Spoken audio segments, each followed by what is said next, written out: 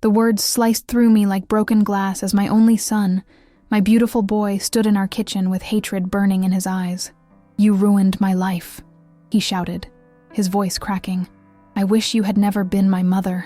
Before I could reach for him, he was gone, the slam of the door echoing through our empty house like thunder. I collapsed against the kitchen counter, the divorce papers still spread across it, my trembling fingers clutching the edge of granite as if it were the only thing keeping me from drowning. I didn't know then that it would be 5 years, 3 months, and 17 days before I would hear his voice again. Some wounds never fully heal. They just become part of you, like wrinkles or gray hair. Life scars us all eventually. I used to think time was a gentle healer, but that's a beautiful lie we tell ourselves to get through the dark nights. Time doesn't heal. It merely creates distance. And sometimes, that distance becomes so vast, you can't see the other shore anymore. My name is Eleanor Mitchell. I'm 62 years old, and I live in a modest 2-story colonial in Fairfield, Connecticut. The house feels too big now, has felt that way since Daniel left. Every creak in the floorboards makes me turn, hoping it might be him coming home. It never is.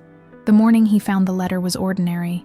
September light filtering through maple trees just beginning to turn. I was standing at my kitchen window, coffee mug warming my hands, watching the neighbor's cat stalk something in my flower beds. The phone rang, and I almost didn't answer. Unknown numbers were usually telemarketers or scams, but something made me reach for it. "Mom?" The voice was deeper than I remembered, but I knew it instantly. My coffee mug shattered against the tile floor. There's something peculiar about how memories work.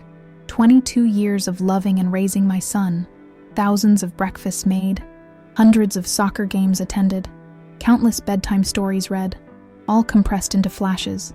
But that moment in the kitchen, when he shouted those words at me, that plays in perfect detail, complete with the smell of the rain through the open window, the distant rumble of thunder, and the exact shade of red his face turned, the way his backpack slipped off one shoulder as he turned to leave, the sound of his keys hitting the floor, the pause as he bent to pick them up, and the final look, a mix of disgust and something else, disappointment perhaps, before he walked out. I've replayed that scene more times than I can count, imagining different endings, one where I find the right words to make him stay, one where I run after him, one where I explain everything properly. But that's not what happened. What happened was silence. A silence that stretched from seconds into minutes, minutes into hours, hours into days, days into months, and finally, months into years.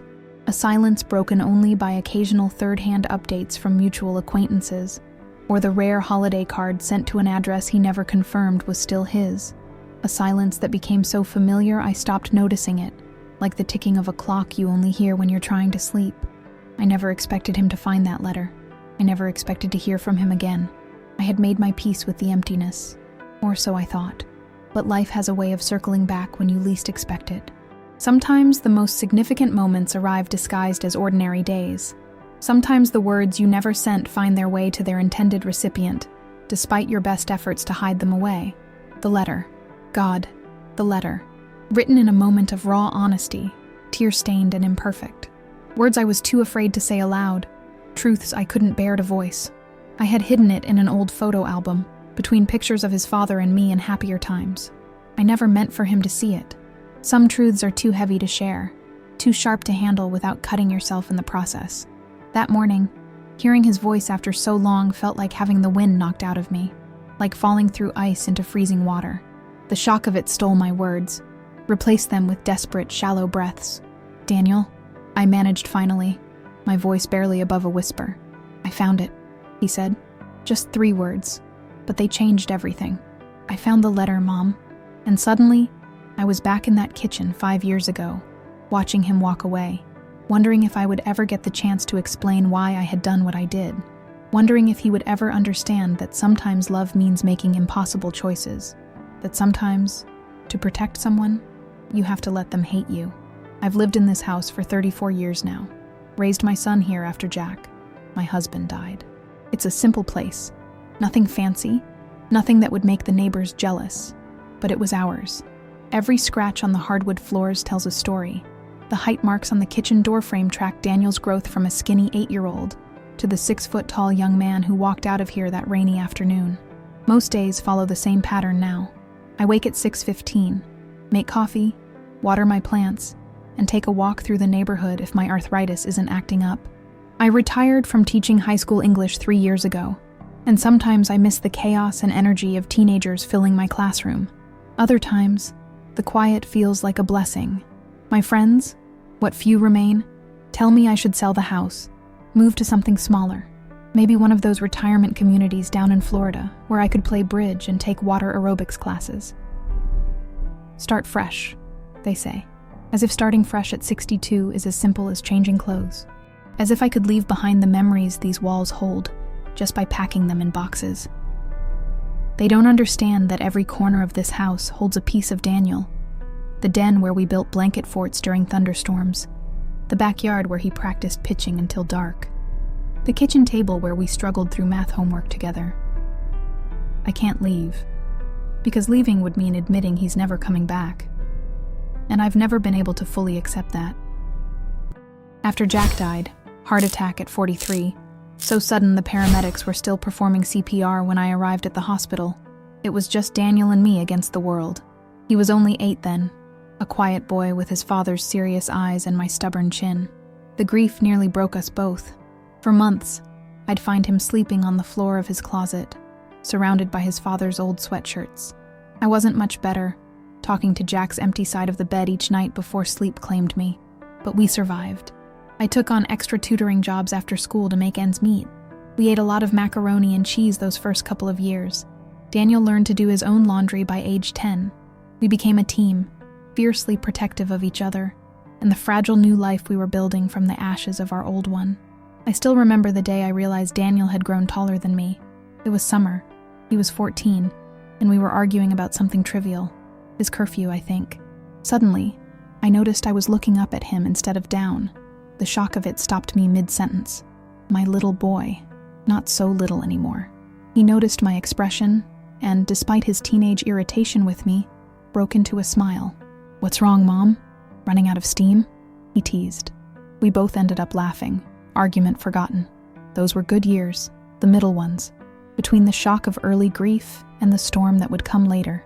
Daniel excelled in school, played baseball, had a small circle of close friends. I dated occasionally, nothing serious, and settled into my role as department head at the high school. We were comfortable, if not wealthy, happy, if not complete.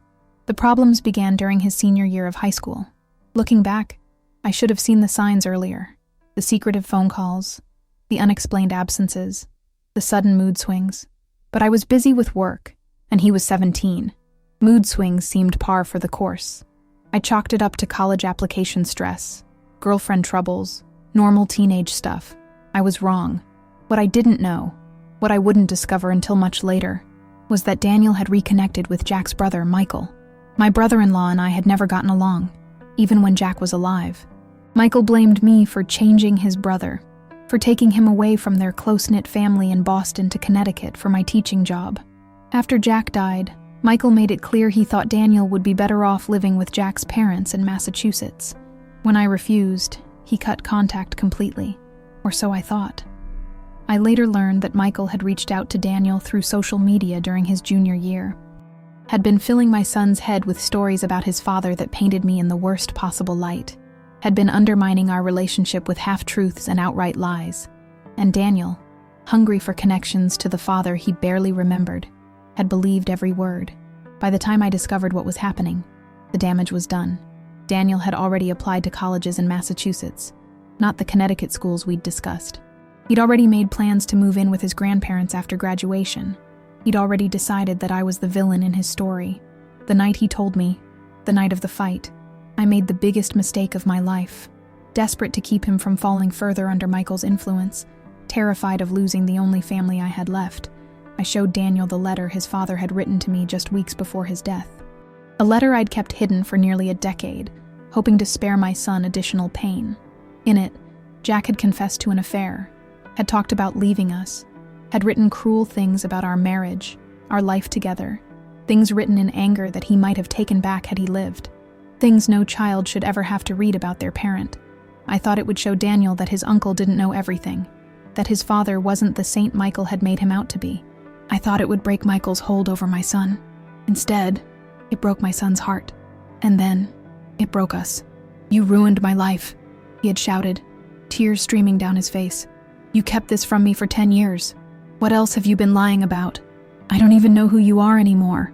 I tried to explain, tried to make him understand that I'd only wanted to protect him, that his father had called me the very day he died, asking to come home, saying the letter was a mistake. But Daniel was beyond listening. In his eyes, I had become the enemy, the keeper of secrets, the destroyer of memories. When he walked out that day, he took the letter with him. What he didn't take, what he couldn't have known existed, was the letter I wrote back, the one I never sent, the one that explained everything, the truth about his father, about me, about the sacrifices made and the secrets kept, the whole truth, not just the ugly fragments Michael had twisted for his own purposes. I wrote it the night Daniel left, pouring my heart onto the page until dawn broke. Then I sealed it in an envelope, tucked it into an old photo album, and tried to forget it existed. Some truths, I believed, were better left unspoken. Until now. The first signs of trouble came during Thanksgiving of Daniel's senior year. We'd always made a big deal of the holiday, just the two of us, but with all the traditional fixings. I'd take Thursday and Friday off work, and we'd spend Wednesday night cooking together, laughing and making a mess of the kitchen. Thanksgiving morning, we'd watch the parade on TV, then eat ourselves into a food coma before spending the evening playing board games or watching movies. That year, Daniel announced he was spending Thanksgiving with friends. No explanation, no invitation for me to join, just a casual mention over breakfast 3 days before the holiday. "But we always do Thanksgiving together," I said, trying to keep the hurt from my voice. "It's our tradition." He shrugged, not meeting my eyes. "Yeah, well, maybe it's time for some new traditions." "Who are these friends?" I asked. "Anyone I know? Just some guys." He replied vaguely. "You don't know them." I knew he was lying. Daniel had never been good at it. Always the same tells. The finger tapping on the table, the way his eyes slid to the left. But I didn't push. At 17, I told myself, he deserved some independence. Perhaps this was normal, this pulling away. Perhaps all mothers felt this ache as their children prepared to leave the nest. So I nodded and smiled and pretended it didn't matter. I bought a small turkey breast instead of our usual whole bird, set the table for one instead of two, told myself it was good practice for the empty nest years ahead. It wasn't until later, much later, that I learned the truth. He'd spent Thanksgiving in Boston with his father's family, with Michael, with the people who had been systematically turning him against me for months. I found out by accident. A photo posted on social media. Daniel hadn't meant for me to see it, but one of his cousins had tagged him, and it had appeared in my feed despite his careful privacy settings. There he was, seated at a crowded table, Michael's arm around his shoulders, both of them raising glasses in a toast. The caption read, "Thankful to have the whole family together again." The whole family, as if I weren't family at all. I stared at that photo for a long time, at the happiness on my son's face, a happiness I hadn't seen in months, at the way he leaned into his uncle's embrace, comfortable, belonging, at the elderly couple at the head of the table, Jack's parents, whom Daniel had seen only a handful of times since his father's death, because they never made the effort to visit, and I couldn't afford frequent trips to Boston on a teacher's salary. The betrayal cut deep. Not just Daniel's lie, but the realization that these people, these blood relatives who had shown so little interest in my son's daily life, who had never attended a single baseball game or school concert, who sent him personal gift cards for birthdays and Christmas but never called, now claimed him as their own. As if the 10 years I'd spent raising him alone counted for nothing. I didn't confront him. What would be the point? To force him to choose sides? To make him feel guilty for wanting connections to his father's family? Instead, I swallowed the hurt and tried to bridge the growing distance between us. I suggested weekend trips to Boston, offered to reach out to his grandparents, to mend fences with Michael. Daniel refused, making excuses about homework and baseball practice. In retrospect, I realize he was protecting his separate worlds from colliding, keeping me isolated from the narrative being constructed about me on the other side. The lies continued through the winter and into spring. College acceptance letters arrived, all from schools in Massachusetts, none from the Connecticut universities we'd toured together. When I asked about his sudden change in plans, He mumbled something about better programs and scholarship offers. Again, I knew he wasn't telling the truth, but I was losing him piece by piece, day by day, and I was terrified that pushing too hard would only accelerate the process. Then came the spring break trip. Daniel told me he was going camping with friends from the baseball team, a last hurrah before graduation. I gave him gas money, packed extra snacks, reminded him to wear sunscreen. He thanked me with a quick, awkward hug, the first physical affection he'd shown in weeks, and for a moment, I thought I glimpsed my boy again beneath the distant stranger he was becoming. 3 days into his supposed camping trip, I received a call from the mother of one of his teammates. "I just wanted to check if the boys made it to Boston all right," she said. "Ryan forgot his medication, and I'm a little worried." Boston. Not the campgrounds in upstate New York that Daniel had mentioned. "I think there's been a misunderstanding," I said carefully. "Daniel told me they were going camping." A pause. "Oh, well, Ryan said they were staying with Daniel's uncle in Boston for the week. Maybe they're doing both? I'm sure it's fine. Just have Ryan call me when you talk to Daniel, okay?" I mumbled in agreement and hung up, my hands shaking. Another lie. Another secret trip to the family that was steadily reclaiming my son while I stood by, helpless to stop it. That night, I did something I'd never done before. I went into Daniel's room and searched it. Not my proudest moment, but desperation makes us capable of things we'd never imagined. I told myself I just needed to understand what was happening, to find some explanation for my son's transformation from loving child to distant stranger. In his desk drawer, beneath school notebooks and baseball cards, I found a letter. Not from Michael or his grandparents, but from Jack, my husband. Written just weeks before his death. The paper was worn at the creases, as if it had been opened and refolded many times. The handwriting, Jack's distinctive scrawl, hit me like a physical blow. And the words were worse. "Can't keep living this lie, Elle. You and Daniel deserve better, and so do I. I've met someone who makes me feel alive again. Someone who doesn't see me as just a provider, a problem solver. I think it would be better for all of us if I moved out for a while." There was more. Details about the affair, complaints about our marriage, cruel assessments of my flaws as a wife. Reading it was like having my heart torn out all over again. But the most devastating realization wasn't the letter's contents. It was knowing that Daniel had read it too. How had he found it? I had hidden it in my bedroom, in a box of Jack's things I kept in the back of my closet. Daniel must have been searching, probably encouraged by Michael to look for evidence of the family history I'd supposedly concealed.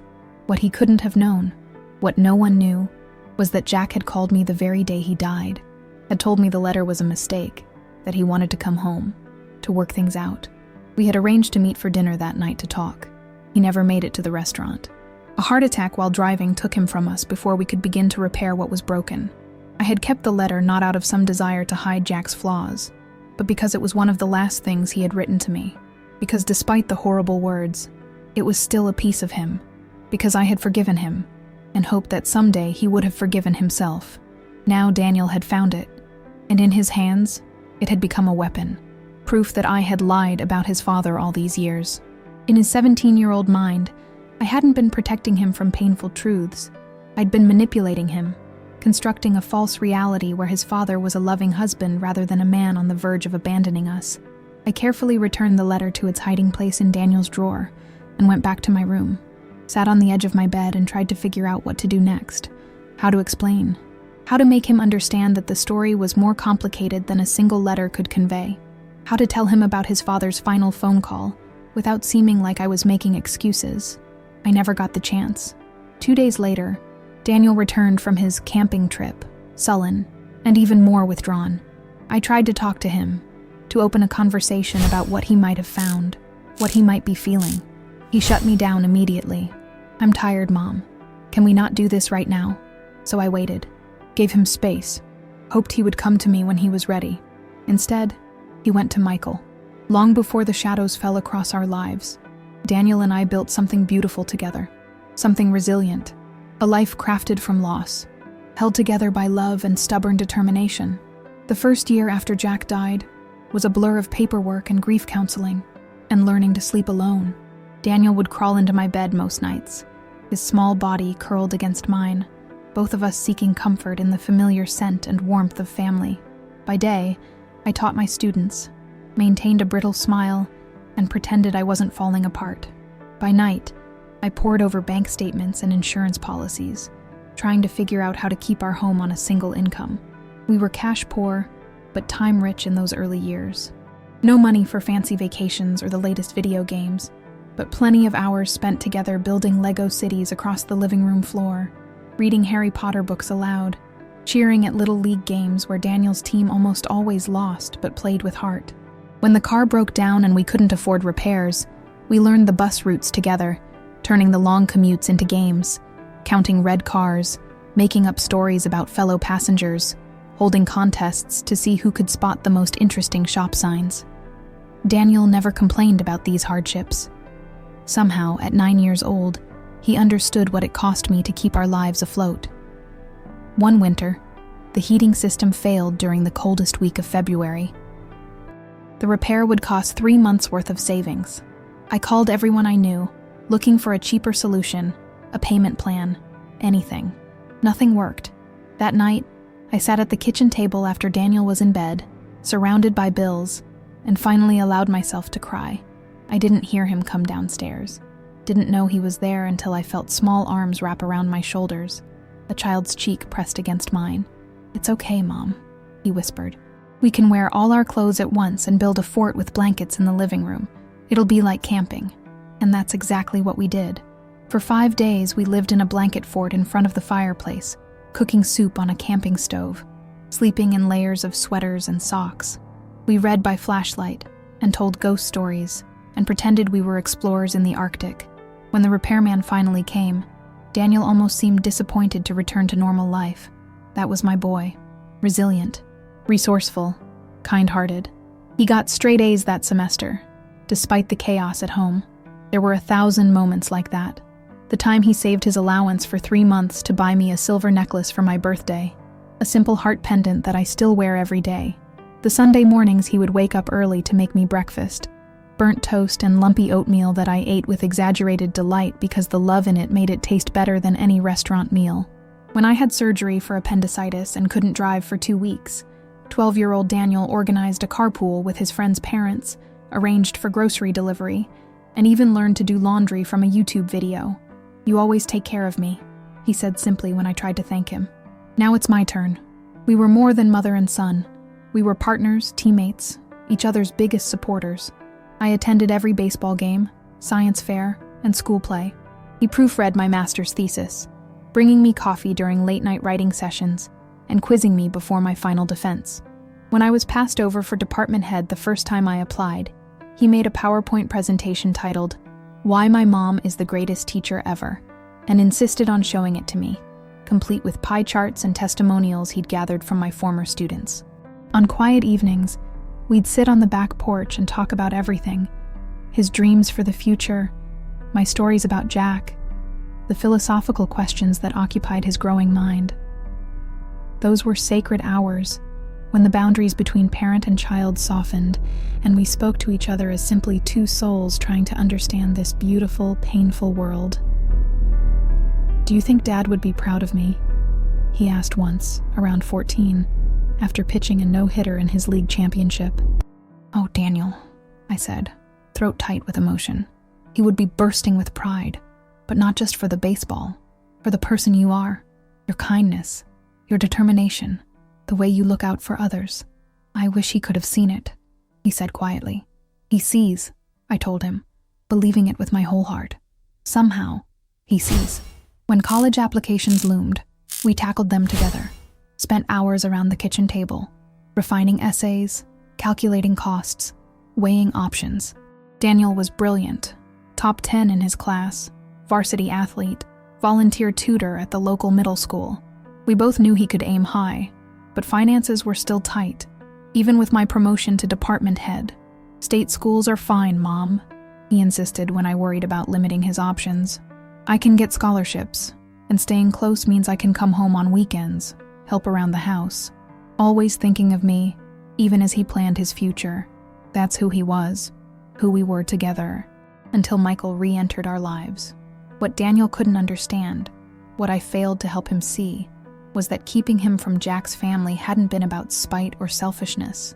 After Jack died, His parents had made a half-hearted offer to have Daniel come live with them in Boston. "Children need a stable home," his mother had said at the funeral, her eyes sliding critically over our modest house. "A proper family environment." As if I weren't family. As if the home Jack and I had made together wasn't proper enough for our son. When I declined, explaining that uprooting Daniel from his school and friends while he was also grieving his father seemed unnecessarily traumatic, they withdrew completely. No calls on his birthday, no invitations for summer visits, just impersonal Christmas cards and occasional checks that arrived without notes. Michael was worse. At the funeral, drunk and raging with grief, he had accused me of working Jack to death with my constant demands. Said that if Jack hadn't been stressed about money, about my insistence on keeping the house, on staying in Connecticut rather than moving closer to family in Massachusetts, he might not have had the heart attack that killed him. Horrible, unfair accusations that I forgave because grief makes people cruel sometimes. But when he repeated them at Jack's parents' house after the service, within earshot of Daniel, I drew the line, told him he wasn't welcome in our home unless he could control his anger and speak respectfully in front of my son. He never apologized, never called, never sent so much as a birthday card to his only nephew, until Daniel's junior year of high school, when Michael apparently decided he wanted a relationship with his brother's son. But instead of approaching me, apologizing for the past, and asking for appropriate visits, he went behind my back, connected with Daniel online, started telling him stories about his father, some true, many exaggerated, some outright fabricated to paint me in the worst possible light. I found out too late. By then, Michael had convinced Daniel that I had deliberately kept him from his real family all these years, had twisted my protection into something sinister, had made my son believe I was the villain in our story. The irony was bitter. Everything I'd done, every sacrifice made, every extra shift worked, every night spent helping with homework when I was exhausted to my bones, had been for Daniel, to give him stability, security, a chance at a better future than I'd had. I'd put aside my own grief, my own loneliness to be the parent he needed, and now, with a few poisonous words, Michael had rewritten our history, had erased those nights in the blanket fort, those morning breakfasts, those porch conversations, had convinced my son that the mother who had centered her entire life around him for a decade was actually selfish, manipulative, untrustworthy. The worst part? I couldn't even blame Daniel for believing him. At 17, still grieving the father he barely remembered, hungry for male guidance and family connections, how could he not be swayed by Michael's version of events? Especially when Michael had the letter, that damnable letter, to prove his points. What Daniel didn't have was context. Didn't know that his father and I had been going through a rough patch but were working on it. Didn't know about the call on the day Jack died. Didn't understand that adults sometimes say cruel things they don't mean in moments of frustration or confusion. Didn't realize that love isn't always a straight line, that marriages have valleys and peaks, that his father had been a good man who made a mistake and was trying to fix it when death took him too soon. I could have told him all this years earlier. Perhaps I should have, but I'd wanted to preserve his uncomplicated love for his father. Wanted him to have one parent he could idealize, even if it couldn't be me. Now that decision, made from love, had become evidence of deceit, and the 10 years of devotion, of putting his needs before my own, of building our life brick by careful brick, all of it seemed to count for nothing in the face of Michael's narratives and that single devastating letter. The graduation ceremony was on a perfect June day, cloudless sky, gentle breeze, the kind of weather that seems designed for new beginnings. I arrived early, claimed a seat near the front, my heart bursting with pride despite the growing distance between us. My son, graduating with honors, heading to college in the fall. Whatever tensions existed in our relationship, this was still a milestone worth celebrating. I'd spent weeks planning a special dinner for after the ceremony, his favorites, from the smoked brisket that took 12 hours to prepare to the triple chocolate cake I'd special ordered from the bakery across town. I'd invited his closest friends and their parents, decorated the backyard with lights and photos from his childhood. Even splurged on a real gift, a laptop for college, purchased on a payment plan I'd have to work extra summer school sessions to afford.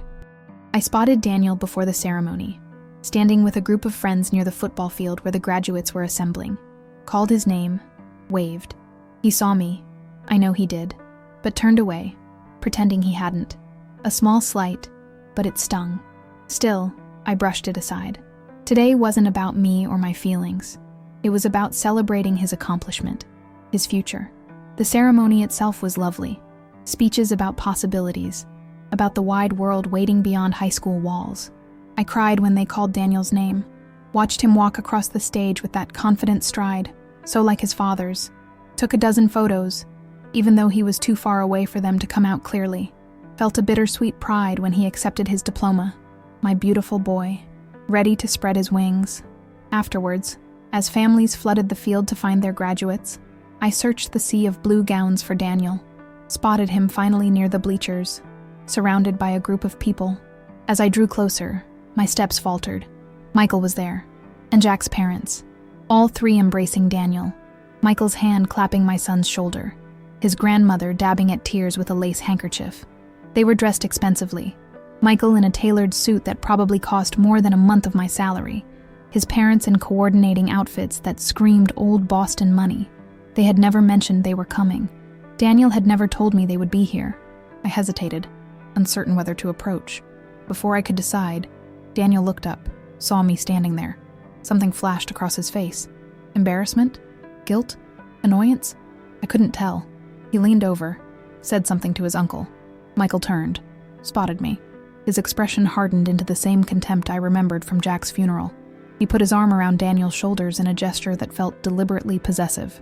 Taking a deep breath, I walked toward them. These were tensions that needed addressing eventually. Why not now? On this day of new beginnings. Perhaps we could all find a way forward, for Daniel's sake. Congratulations, sweetheart, I said, reaching for my son. I'm so proud of you. He accepted my hug stiffly, barely returning it. Thanks. Hello, Michael, I said, extending my hand to my brother-in-law. It's been a long time. He looked at my hand as if I'd offered him a dead fish. Eleanor? He acknowledged coldly, not taking it. Jack's parents nodded at me but didn't speak. The awkwardness was palpable. I have a graduation dinner planned at home, I said, turning back to Daniel. Your friends will be there around 6. We should head back soon so I can finish setting up. Daniel shifted uncomfortably. About that, he said, not meeting my eyes. I meant to tell you, I'm going out with Grandma and Grandpa and Uncle Mike tonight. They're taking me to Marcello's to celebrate. A Marcello's, the most expensive restaurant in town. The kind of place where dinner for 4 would cost what I'd spent on the entire backyard party. Oh, I said, trying to hide my disappointment. I wish you'd told me earlier. I've been preparing for days. Everyone's expecting you. You can still have the party, he said with a shrug. I'll try to stop by later if it's not too late. Daniel, his grandmother interrupted. We should get going if we want to make our reservation. Right, he agreed quickly. I need to change first. My stuff's in Uncle Mike's car.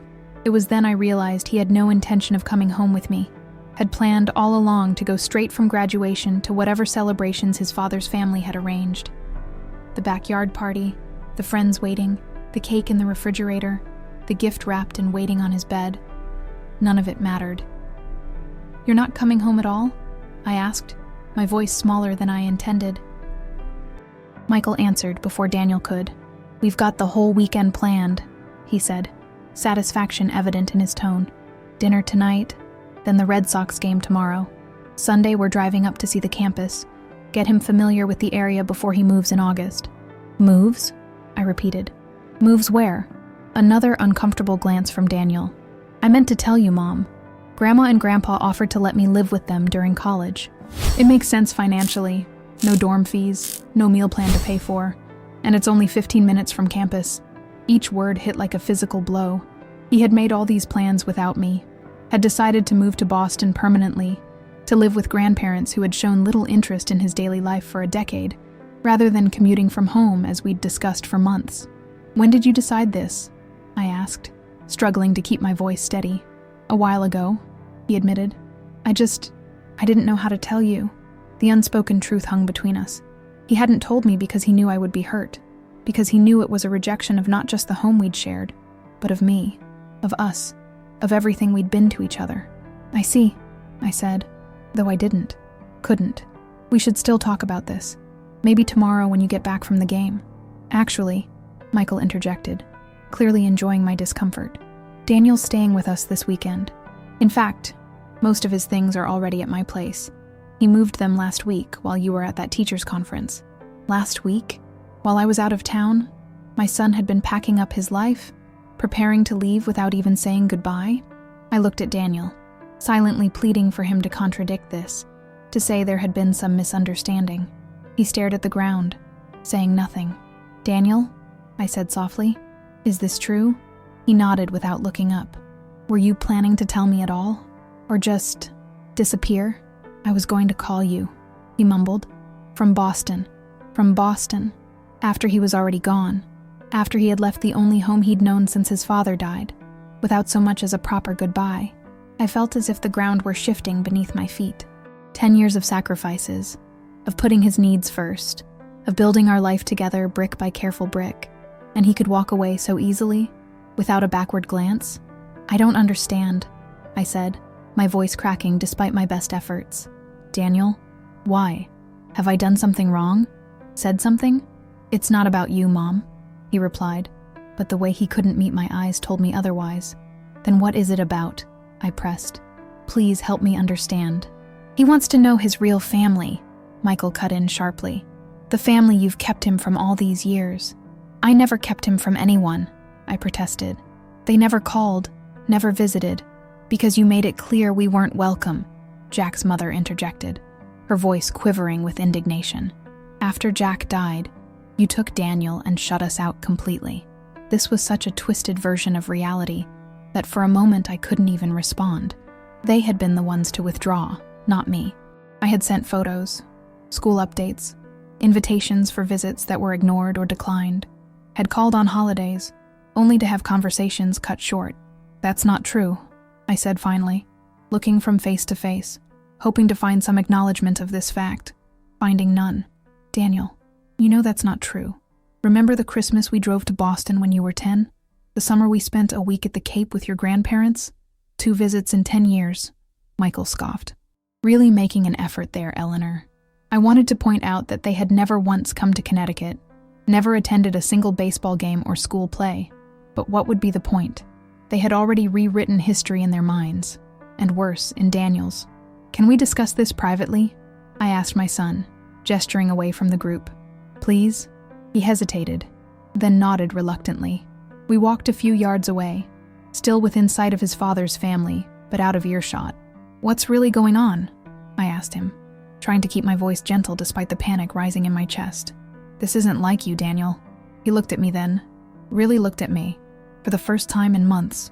"I found Dad's letter," he said quietly. My heart sank. "In my closet? You were going through my things?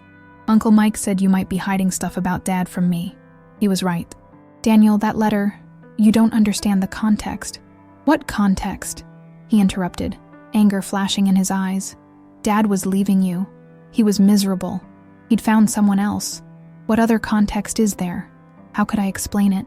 The complicated reality of a marriage in trouble but worth saving. The phone call on the day of Jack's death. His voice choked with regret. Asking to come home. The plans we'd made to meet for dinner that night. To begin rebuilding what was broken. The accident that had left those plans forever unfulfilled. Your father and I were going through a difficult time. I began carefully. But the day he died, he called me. Said the letter was a mistake. That he wanted to come home. To work things out. We were supposed to have dinner that night to talk. Daniel's expression hardened. Convenient that he's not around to confirm that story. The accusation in his tone cut deep. "You think I'm lying to you?" "I think you've been lying to me my whole life," he shot back. "Making Dad out to be this perfect husband when really he couldn't stand being with you. Pretending his family didn't want me around when really you were keeping me from them." "Daniel, that's not..." "I read the letter, Mom. Dad's own words. He said you were controlling, manipulative, that you'd isolated him from everyone he cared about. Words written in anger, during the lowest point of our marriage. Words Jack had tried to take back. Words that didn't reflect the whole truth of our relationship. The love, the friendship, the partnership that had existed alongside the struggles. People say things they don't mean when they're hurting," I tried to explain. "Your father regretted that letter. He told me so himself." "Yeah, that's what Uncle Mike said you'd say," Daniel replied dismissively. And there it was, the real problem. Michael had poisoned the well so thoroughly that anything I said now would be filtered through suspicion. My son had already decided what to believe, and it wasn't me. "So you're leaving," I said flatly, "moving to Boston, without even discussing it with me first." He had the grace to look slightly ashamed. "I'm 18 now, Mom. I can make my own decisions." "Yes, you can," I agreed, my heart breaking. "But I thought we were a team. I thought we made important decisions together." "Yeah, well, maybe it's time I made some without you controlling everything." Controlling? The same accusation from Jack's letter, now echoed by our son. Had I been controlling? I'd thought I was being supportive, involved, interested in his life. Where was the line? "I see," I said again, though nothing was clear anymore except the pain splitting my chest in two. "And when were you planning to tell me all this?" He shrugged, looking uncomfortable. "I was going to call once I was settled in Boston." "A phone call," I repeated dully. "After 10 years together, I deserve a phone call? Don't make this harder than it needs to be, Mom." "Harder than it needs to be?" I echoed, incredulous. "Daniel, you're breaking my heart here. You're walking away from everything we've built together based on one letter and whatever stories your uncle has been telling you. You won't even give me a chance to explain my side." "There's nothing to explain," he said coldly. "I know the truth now. About Dad. About you. About everything." "You don't know anything," I whispered, tears finally spilling over. "You've heard one version, from people who have their own reasons for painting me as the villain. You haven't asked me a single question. Haven't given me a chance to tell you what really happened. I should get back," he said, glancing toward his waiting family. "They're going to wonder what's taking so long." "Daniel, please," I begged, reaching for his arm. "Don't leave like this. Come home tonight. Let's talk properly. If you still want to go to Boston after that, I won't stop you. I promise." He pulled away from my touch. "There's nothing to talk about. You ruined my life, Mom. You kept me from my real family. You lied about Dad. For years." His voice cracked on the last word, and for a moment, I saw the hurt child beneath the angry young man. "You ruined everything." Without another word, he turned and walked back to Michael and his grandparents. I watched them leave together, my son sandwiched between his father's parents, Michael leading the way with triumphant strides. Not one of them looked back. I stood alone on the emptying football field, surrounded by the sounds of other families celebrating, taking photos, making plans for dinner. The graduation programs littered the ground like fallen leaves. The special pen I'd brought to have Daniel sign my copy of the program still unused in my purse. Somehow, I made it back to my car, drove home on autopilot, the world blurring through my tears, walked into the silent house, past the decorations in the backyard, the cake in the refrigerator, the wrapped laptop on his bed. I should call his friends, cancel the party, should put away the food, take down the lights, return the gift if possible, should do something, anything, to keep moving forward. Instead, I sat at the kitchen table and wept until there were no tears left. Only then did I reach for pen and paper and begin to write the letter I should have written years ago, the letter he might never read, the truth he might never believe. That night, after the tears subsided and the house grew dark around me, something shifted inside my chest, a hardening perhaps, or a clarifying, the fog of shock and grief giving way to a sharper kind of pain, one that demanded action rather than surrender. I called Daniel's friends, canceled the party with a vague explanation about family matters coming up unexpectedly, thanked them for understanding, apologized for the short notice. Then I took down the decorations, packed away the food, removed all signs of celebration from the backyard.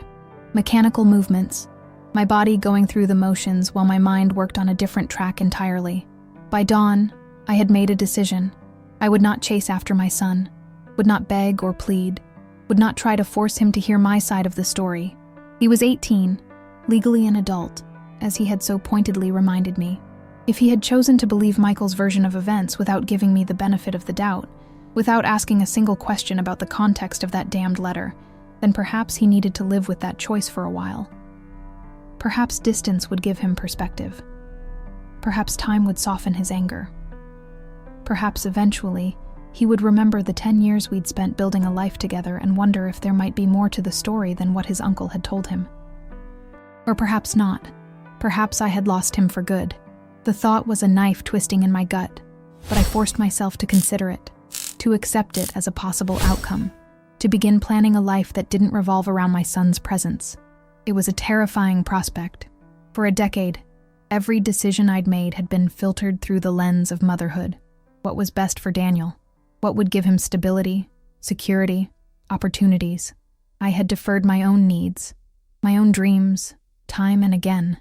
Had told myself it was temporary, that once he was launched into adulthood, I could finally focus on what I wanted. Now, abruptly, painfully, that future had arrived. Years earlier than expected, under circumstances I would never have chosen. But here it was nonetheless. So I made a plan. Not a grand one. I wasn't ready for that yet. But small steps, tangible actions that would move me forward, day by day, into whatever life awaited me now. First, I contacted the university about that doctoral program I'd been putting off for years. Asked about part-time enrollment, evening classes, tuition assistance for educators. Set up an appointment with the department chair for the following week. Next, I called a realtor. The house was too big for one person. Had been for years, really. But I'd kept it because it was Daniel's home, filled with his memories. Now perhaps it was time to downsize. To find something that was mine alone, unburdened by ghosts. Then I emailed my doctor, requesting that physical I'd been postponing, scheduled a dental cleaning, an eye exam, all the self-care I'd neglected while focusing on Daniel's needs. Small acts of reclaiming my own well-being. The days passed. A week. 2. No word from Daniel. I didn't call him, not because I didn't ache to hear his voice, but because I knew he needed to make the next move. This distance had been his choice. The bridge back had to begin from his side. Instead, I focused on my new routine. Work during the day, summer school classes that kept my mind occupied, evening classes toward my doctorate 2 nights a week, house hunting on weekends, dinners with colleagues I'd known for years but never socialized with outside school functions, a book club at the local library, small careful steps toward a life that wasn't defined solely by motherhood. It wasn't easy. There were nights I sat in Daniel's empty room, clutching his childhood teddy bear, sobbing for what I'd lost. Mornings I reached for the phone a dozen times before forcing myself to put it down. Moments when grief ambushed me in the cereal aisle at the grocery store, at the sight of a mother and teenage son laughing together, at the baseball diamond where I'd spent so many afternoons cheering from the bleachers. But slowly, incrementally, I began to rebuild. To remember who Eleanor Mitchell was, separate from being Daniel's mother. To rediscover interests, passions, parts of myself that had been set aside during the all-consuming years of single parenthood. 3 months after graduation, I sold the house, found a small but charming cottage closer to campus. A fresh start, new memories to be made. The process of packing was both painful and liberating. Each box of Daniel's childhood belongings carefully labeled and stored in case he ever wanted them. Each room emptied of our shared past, making space for whatever came next. The day before the moving truck arrived, I made one last sweep through the empty rooms. In Daniel's closet, on the highest shelf, I found a shoebox I'd somehow missed during packing. Inside were small treasures from his childhood. Baseball cards, ticket stubs, a Father's Day card he'd made in 2nd grade, the watch Jack had worn every day until his death. And beneath it all, a photograph I'd never seen before. Daniel at perhaps 4 years old, balanced on Jack's shoulders at the beach, both of them laughing into the camera. I was there too, my arm around Jack's waist, looking up at our son with such naked love, it made my chest ache. I sat on the bare floor of the bedroom that had held so many whispered conversations, teenage arguments, midnight comfort during storms, and stared at that photo until the light changed around me. At the 3 people captured in that perfect moment, a family whole and happy, before loss and misunderstanding tore us apart. That night, I did something I hadn't allowed myself to do since Daniel walked away. I called him, not to argue or explain or defend myself, just to hear his voice, to tell him I loved him, to let him know I was moving. The call went straight to voicemail. His outgoing message was the same one he'd recorded at 16, slightly awkward, a little too formal, achingly familiar. After the beep, I hesitated, then spoke from the heart. "Daniel, it's Mom. I'm moving tomorrow. Sold the house. I've got a little place near the university. Starting my doctorate finally." A pause. "I packed up your things. They're in storage whenever you want them." Another pause. Longer. "I miss you, sweetheart. I love you." Always will, no matter what. When you're ready to talk, I'll be here. I hung up, not expecting a response, not sure he would even listen to the message, but somehow, leaving those words in the electronic ether felt important. A declaration, not of surrender, but of enduring love despite everything. The next day, I moved into my new home, smaller, but filled with light. My light. A desk by the window for studying, bookshelves lining the walls, filled with volumes I'd never had time to read. A garden in the back, wild and neglected, waiting for my attention. For the first time in over a decade, I had only myself to consider, only my own needs to meet, my own dreams to pursue. It was frightening, exhilarating, bittersweet. 2 weeks later, my phone rang after midnight. I fumbled for it in the dark, heart racing at the unexpected sound. Hello? My voice rough with sleep. Silence on the other end. Then, so faint I almost missed it. Mom? Daniel, my son, calling after 4 months of silence. Yes, sweetheart, I said, fully awake now, clutching the phone like a lifeline. I'm here. His voice caught. I need to talk to you. Of course, I replied, careful to keep my tone neutral despite the hope flaring in my chest. I'm listening. Not on the phone, he said. Can I come see you? Tomorrow? Tomorrow. My son, in person, after all this time. Yes, I said simply. I'd like that very much. I gave him the address of my new home. We agreed on a time, late afternoon, after my classes. And then, before he hung up, he said something that both broke my heart and mended it simultaneously. Mom? His voice younger suddenly, uncertain.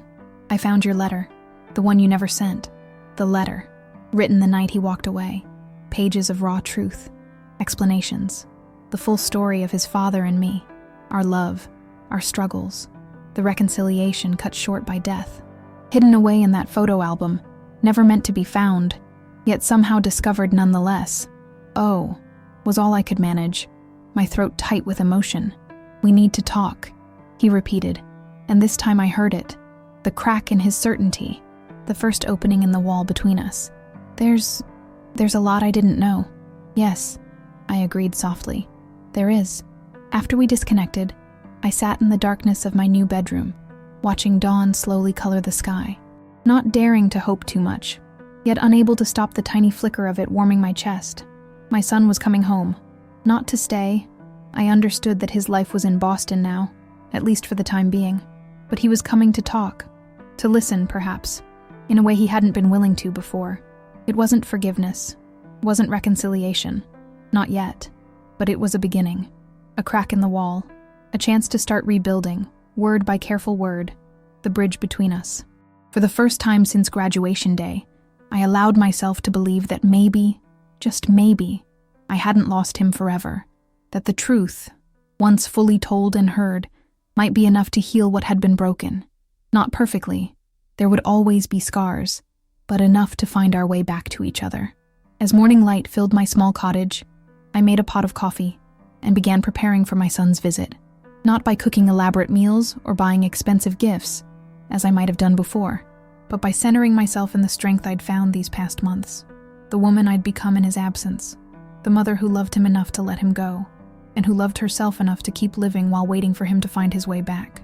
Daniel was coming home, and I would be ready, not with defenses or demands, but with open arms and an open heart, ready to listen, ready to forgive, ready to begin again, whatever that might mean for both of us. The afternoon sun slanted through my cottage windows as I heard the car pull into the driveway. I'd spent the morning alternating between frantic cleaning and forcing myself to sit still, to breathe, to prepare emotionally for whatever this meeting might bring. Now the moment was here, and I found myself frozen at the kitchen counter, listening to footsteps on the porch, the hesitant knock at the door. My door, not the house where he'd grown up, but this new place he'd never seen, this space that was entirely mine. I opened the door, and there he was, my son, taller somehow, though he'd already reached his full height before he left. Thinner, shadows under his eyes I didn't remember, hair longer than he usually wore it, dressed in clothes I didn't recognize, expensive-looking jeans, a button-down shirt that seemed more Boston than Connecticut.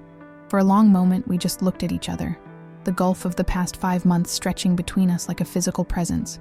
"Hi, Mom," he said finally, his voice deeper than I remembered. "Daniel," I replied, my own voice steady despite the emotions churning beneath the surface. "Come in."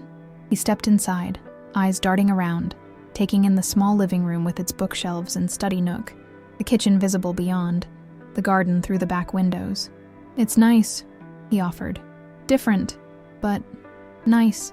It suits me," I said simply. "Coffee? Or are you a tea drinker now?" "Coffee's good," he replied, a ghost of a smile touching his lips. "Some things don't change." I busied myself with mugs and the French press, grateful for the familiar ritual that gave my hands something to do. Daniel settled at the small kitchen table, looking simultaneously too large for the space, and somehow smaller than I remembered, less certain, less defiant than the boy who had walked away at graduation. We made small talk as I prepared the coffee. His classes at Boston University, my doctoral program, the neighborhood around my new home, safe topics, neutral ground, neither of us quite ready to broach the real reason for his visit. Finally, mugs in hand, we settled at the table facing each other. The afternoon light caught the amber flecks in his eyes, Jack's eyes, as he studied me with an intensity that reminded me of his childhood self, determined to understand how the world worked. "You look good, Mom," he said unexpectedly. "Different, but good." I smiled slightly. "Different how?" He considered this, head tilted. "More, I don't know, present? Like you're fully here in a way you weren't before." An astute observation that caught me off guard.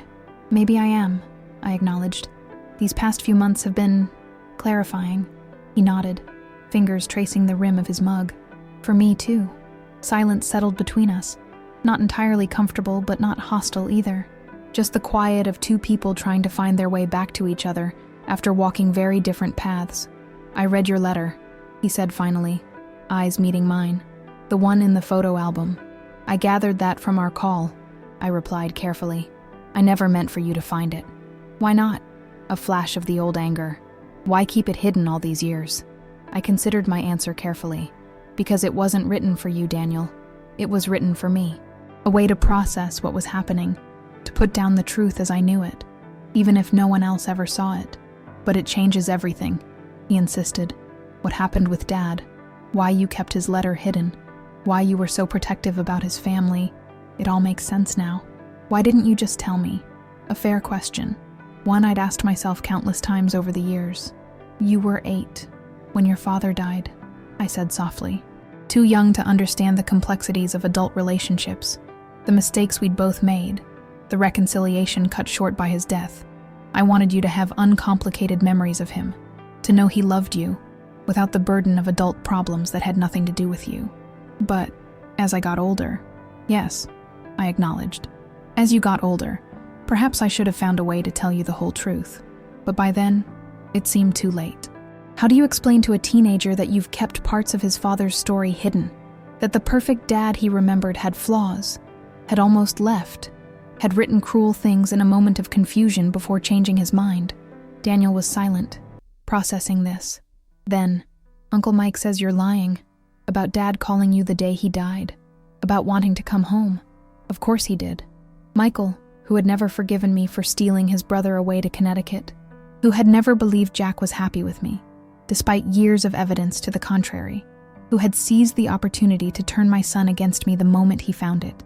"I'm not surprised," I said, keeping my voice level with effort. "Your uncle never approved of our marriage, never thought I was good enough for Jack.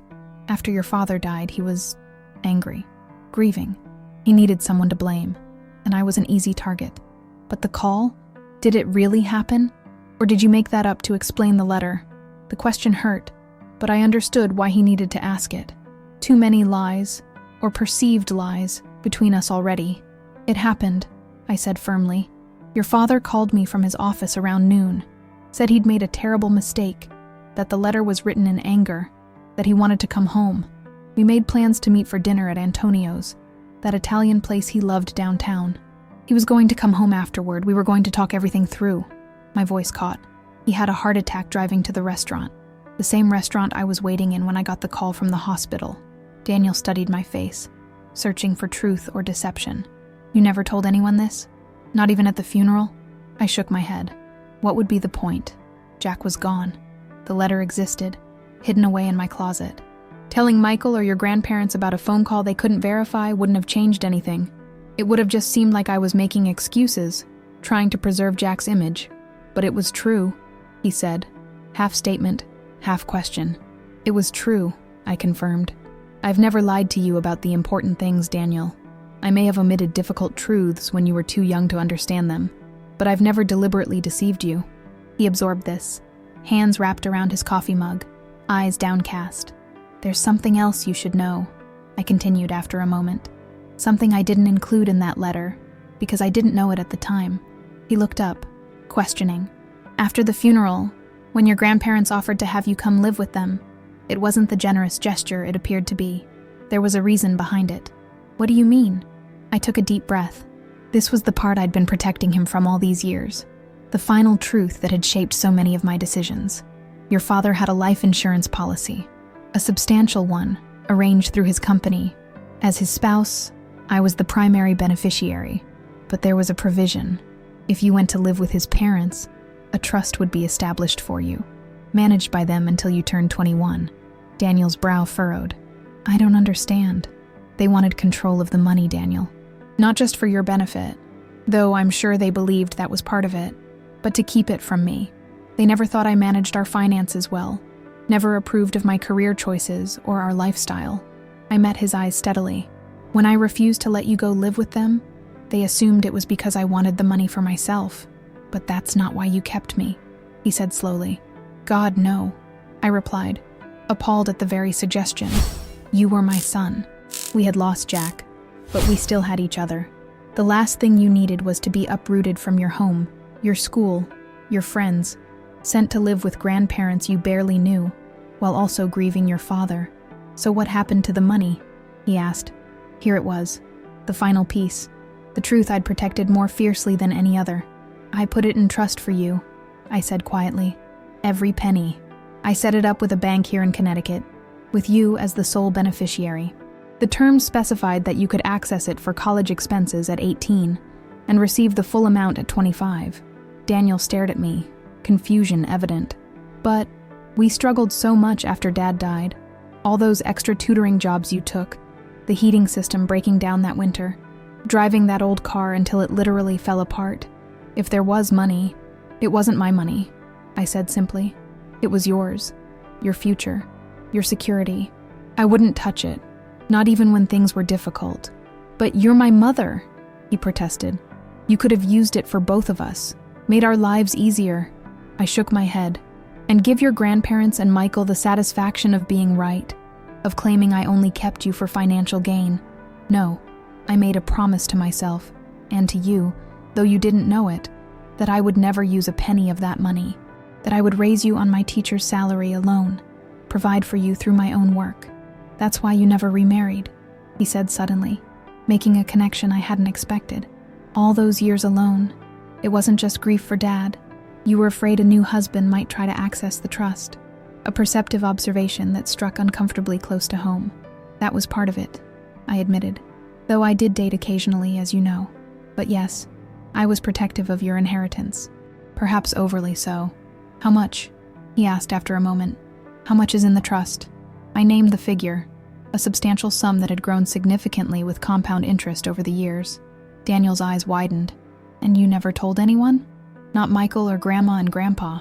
They knew the policy existed, I explained, but they assumed I'd use the money for myself. I never corrected their assumption. Why not? You could have proven them wrong years ago, shown them you weren't what they thought. I smiled sadly. What would that have accomplished, Daniel? Their minds were made up about me from the beginning. Jack's death only hardened their opinions, and bringing up the money would have meant discussing it with you before you were ready to understand. So I kept quiet. Let them think what they wanted. All these years, he murmured, shaking his head. You let them believe the worst of you. Let them paint you as this greedy, controlling person who kept me away out of selfishness. It didn't matter what they thought of me, I said gently. Only what you thought. And as long as you knew I loved you, that I was doing my best for you, that was enough. Until it wasn't, he said quietly. Until they convinced me otherwise. The pain of that statement lingered between us, acknowledged but not dwelled upon. We had both made mistakes. Both believed things that weren't entirely true. Both acted in ways that had hurt the other. So, what happens now? Daniel asked eventually. With the trust, I mean. It's still yours, I said simply. Always has been. I have the paperwork at the bank. We can go together whenever you're ready. Transfer management to you now that you're of age. You can use it for college, for living expenses, for whatever you need. He was quiet for a long moment, absorbing this information, its implications. Uncle Mike has been paying my tuition, he said finally, making a big deal about it, acting like he's saving me from financial ruin because you didn't plan for my education. I nodded, unsurprised, and I let you believe that, because the alternative was revealing the trust before I thought you were ready. Even after I left, after the things I said to you, even then, I confirmed. You were angry, hurt, confused. I didn't want your return to be about money. If you came back, I wanted it to be because you missed me, because you wanted to understand what had happened, not because you discovered you had a trust fund. Daniel looked at me then, with an expression I couldn't quite interpret, something between wonder and dismay, with a hint of the child he had once been, trying to comprehend an adult world more complicated than he had imagined. You never stopped protecting me, he said finally, even when I rejected you, even when I believed the worst about you. I'm your mother, I replied simply. That doesn't change, no matter what. He stood abruptly, turning away, hands braced against the kitchen counter. His shoulders shook slightly, and I realized he was crying. My son, who had always been so careful to hide his tears, even as a small boy. I rose, crossed to him cautiously, and placed a hand on his back. When he didn't pull away, I moved closer, until I could rest my forehead against his shoulder blade. I'm sorry, Mom, he whispered, voice thick with emotion. I'm so sorry. I know, I said softly. Me too. We stood like that for a long moment, the late afternoon sun casting long shadows across my kitchen floor, the garden beyond the window gold-tinged and waiting. Not quite an embrace, but the closest we had come in over 5 months. A beginning, a chance at redemption, a bridge slowly being rebuilt between us. Later, as twilight gathered, we sat on my small back porch, talking more freely now, about his life in Boston, the good parts and the challenges, about my doctoral studies, the friends I'd made, the woman I was becoming in this new chapter, about his father, the real Jack, complex and flawed and human, not the perfect memory or the villain in Michael's stories, but something in between, a man who had loved us both, who had made mistakes, who had tried to make amends before time ran out. When darkness fell completely, Daniel glanced at his watch. I should go. It's a long drive back to Boston. You could stay, I offered carefully. The guest room is small, but he shook his head. Not tonight. I need to process everything. Think about what happens next. I nodded, accepting this boundary. We had covered so much ground already, broken through walls built over years of misunderstanding. The rest could wait. As I walked him to the door, he turned to face me, his expression serious in the dim light of my entryway. I need to talk to Uncle Mike, he said. Confront him about the things he told me, the way he manipulated the situation.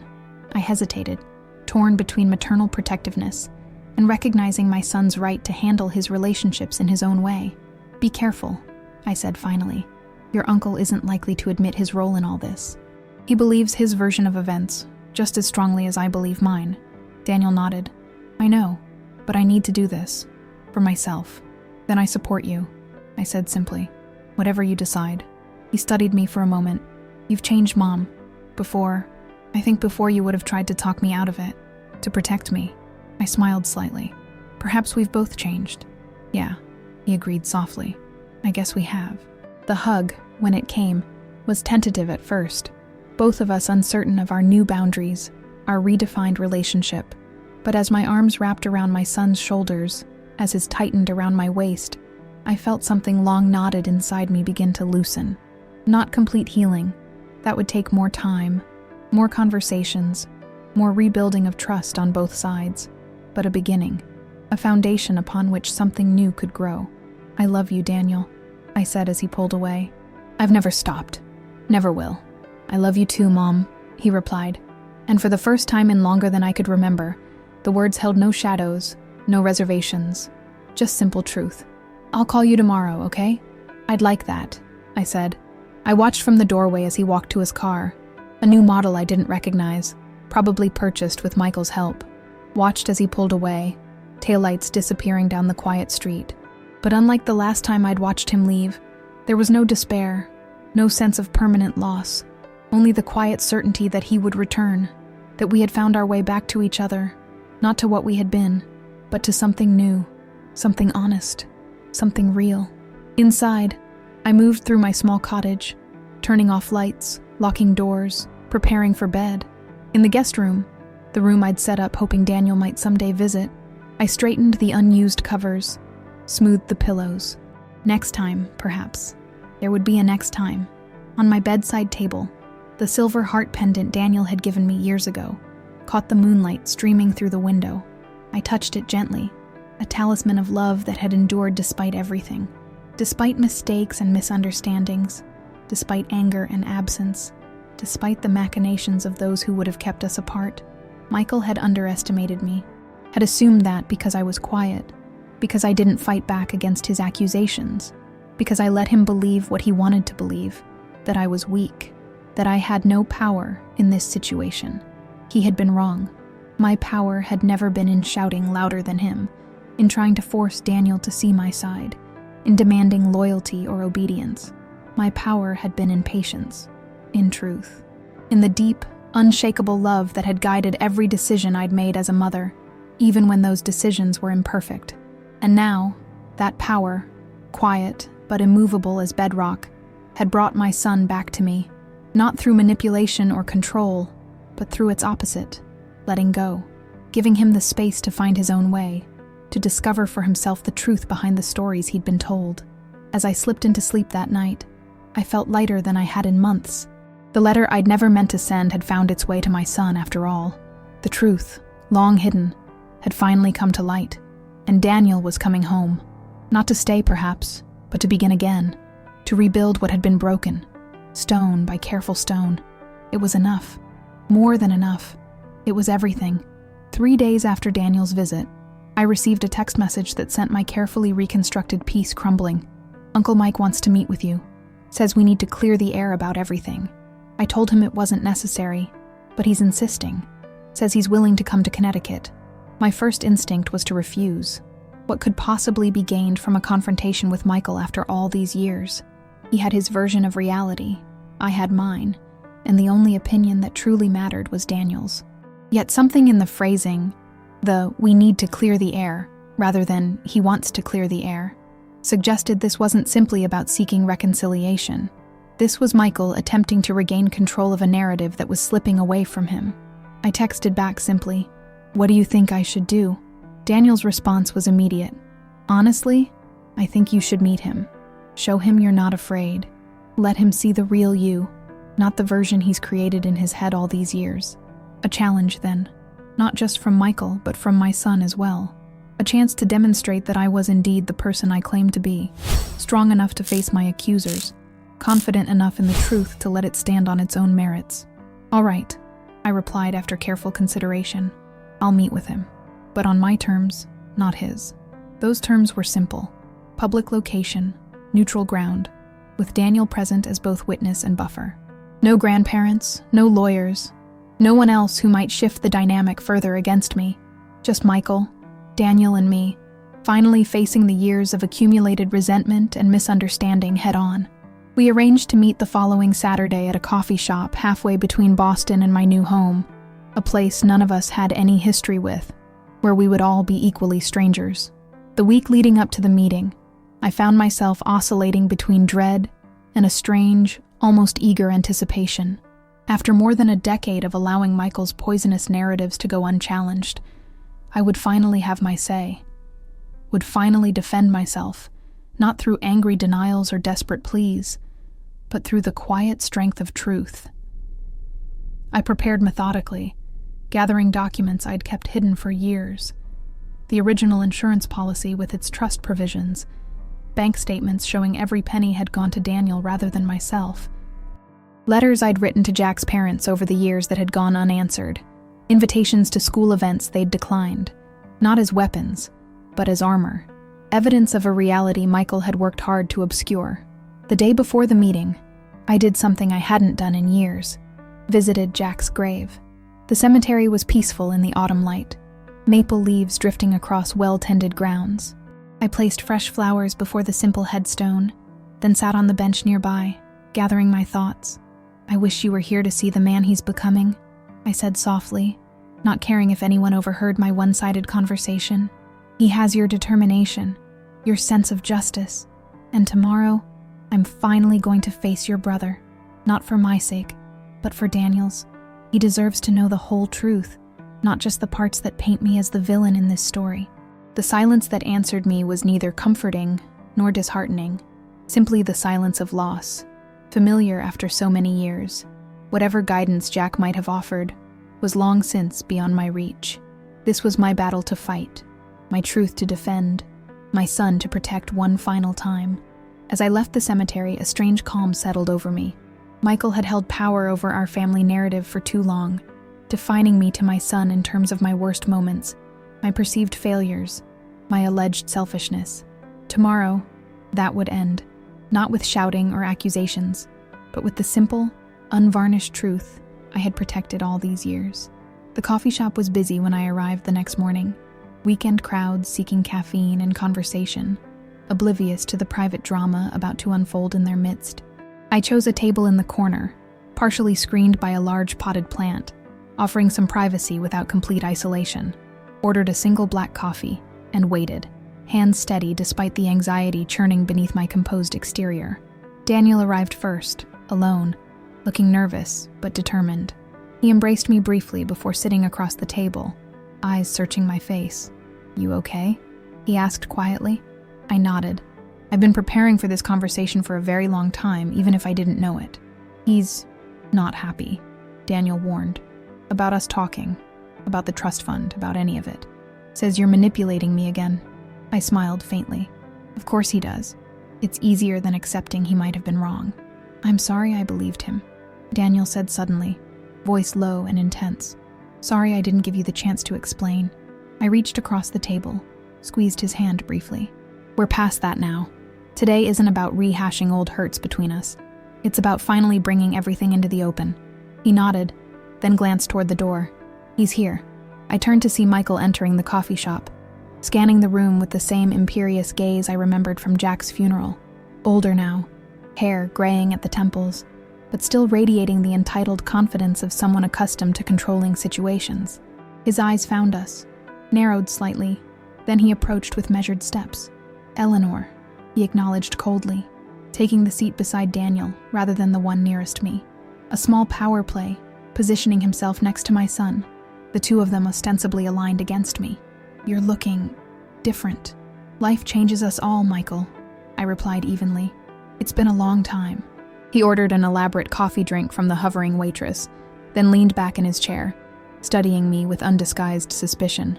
"Daniel says you've been filling his head with stories about Jack, about the trust fund, about your supposed attempts to maintain a relationship with our parents." Straight to accusations then. No pleasantries, no attempt at civil conversation, just as I'd expected.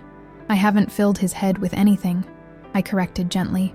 "I've simply answered his questions truthfully, something I perhaps should have done years ago." "Truth according to whom?" Michael scoffed. "Your version of events has always been rather self-serving, Eleanor."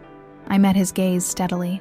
"That's an interesting perspective coming from someone who reconnected with my son in secret, deliberately turned him against me with half-truths and outright lies, and then claimed to be rescuing him from my control."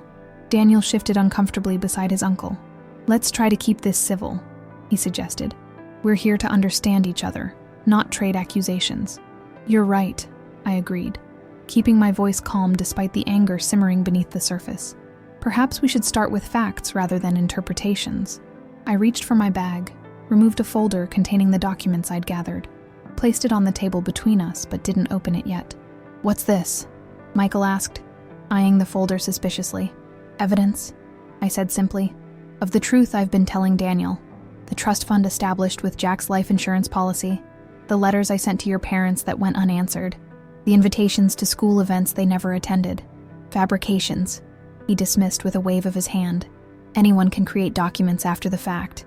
These aren't fabrications, Uncle Mike. Daniel interjected quietly. "I've seen the trust account myself.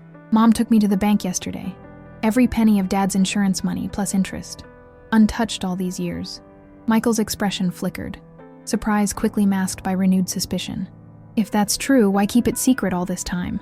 Why let us believe you'd spent the money on yourself? Because what you thought of me wasn't important," I replied honestly. "What was important was protecting Daniel from adult conflicts that would only hurt him. And later, when he was old enough to understand, the damage between your family and mine was already done." "Convenient explanation," Michael muttered, but I could see doubt beginning to crack his certainty. "There's something else you should know," I continued steadily. "Something I never told anyone, because it seemed pointless after Jack was gone." "Mom," Daniel began, clearly concerned about where I might be heading. "It's all right," I assured him, then turned back to Michael. "The day Jack died, he called me from his office, said the letter he'd written, the one you showed Daniel, was a mistake, that he wanted to come home, to work things out. We had plans to meet for dinner that night." Michael's face hardened. "A lie. Jack would have called me if he was having second thoughts. We spoke every day during that period." "Did you?" I asked mildly. "Then you know he was conflicted about leaving us. That it wasn't the clear-cut decision you later made it out to be when you told Daniel about it. A flicker of something, guilt perhaps, crossed Michael's features before his expression closed again. Jack was confused. You had manipulated him for years, made him dependent on you emotionally. He was finally breaking free. Is that what you told yourself to justify showing a 17-year-old boy a letter his father wrote in a moment of anger? A letter that could only hurt him, could only damage his relationship with me?" I leaned forward, keeping my voice low, but intense. "What was your goal there, Michael? To help Daniel understand his father better? Or to punish me for taking Jack from your family all those years ago? You kept him from us after Jack died," Michael countered, deflecting. "Barely allowed visits, ignored our calls." "That's not true," Daniel interrupted, surprising both of us. "Mom, show him the letters." I opened the folder, extracted a stack of envelopes bound with a faded ribbon. "I wrote to your parents every month for the first 2 years after Jack died. Sent photos, school updates, invitations to visit. Most went unanswered. The few responses I received were polite but distant. No mention of coming to Connecticut. No real interest in Daniel's daily life." I slid the letters across the table. Michael stared at them without touching them, his composure finally beginning to crack. "They never told me about these," he said after a long moment. "Perhaps they didn't want to admit they'd chosen distance," I suggested quietly. It was easier to blame me than to acknowledge their own withdrawal from their grandson's life. Michael's coffee arrived, but he ignored it, still staring at the stack of letters. "They said you made it clear we weren't welcome, that you wanted to raise Daniel without our interference." "What I said," I corrected gently, "was that I thought it would be traumatic for Daniel to be uprooted from the only home he knew, from his school and friends, while also grieving his father. That stability was important for a child who had just lost a parent. They took that as rejection, and rather than work with me to find a middle ground, they simply retreated." Daniel had been listening intently, eyes moving between his uncle and me. Now he spoke, his voice quiet but firm. "Why didn't you ever visit Uncle Mike? In all those years, you never once came to a baseball game, a school play, anything. If you cared about me so much, why wait until I was 17 to suddenly take an interest?" The question hung in the air between us, direct and unavoidable. Michael shifted uncomfortably, his customary confidence faltering. I believed your mother didn't want me around," he said finally. "And after what happened at the funeral, the things I said, I was angry. Grief makes people do stupid things." "Yes," I agreed softly. "It does. I understood that, Michael. I never held those words against you. Not really.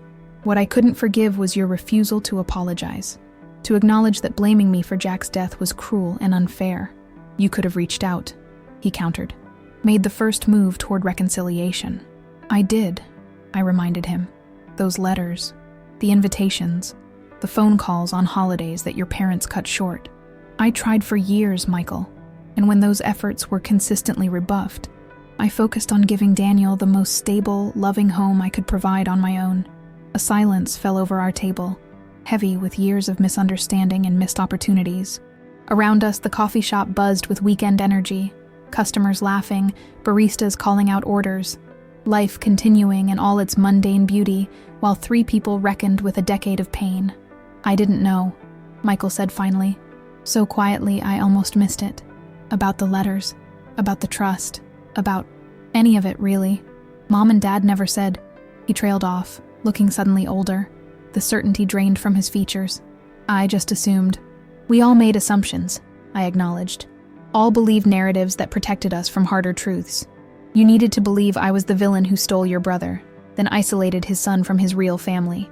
I needed to believe you had simply abandoned Daniel out of spite toward me, rather than face the possibility that I had somehow failed to communicate my openness to your involvement in his life. And I believed whoever was telling me what I wanted to hear at the time," Daniel added quietly. "First Mom, then you, Uncle Mike. Never questioning, never demanding the whole truth from either of you." Another silence, more contemplative than tense. "What happens now?" Michael asked eventually. "Daniel says he wants to maintain relationships with both sides of his family. Would that be acceptable to you, Eleanor?" The question surprised me.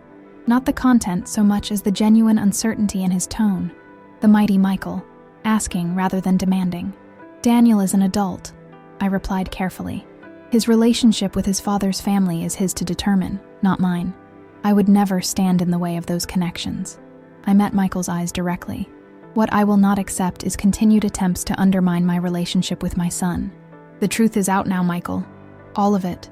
The narrative you've constructed about me, about my motivations, about the past decade, it doesn't hold up against the evidence." "And the money?" he asked, a final attempt to find an angle. "The trust fund? You expect me to believe you never touched it, never will?" "I don't particularly care what you believe," I said honestly. "The bank records speak for themselves. The trust is Daniel's, as it has always been. My financial struggles over the years were real, Michael. The extra jobs, the budget constraints, the delayed repairs to our home. All choices I made to ensure Daniel's future was secure, to prove to myself, if to no one else, that I was keeping him for love, not financial gain."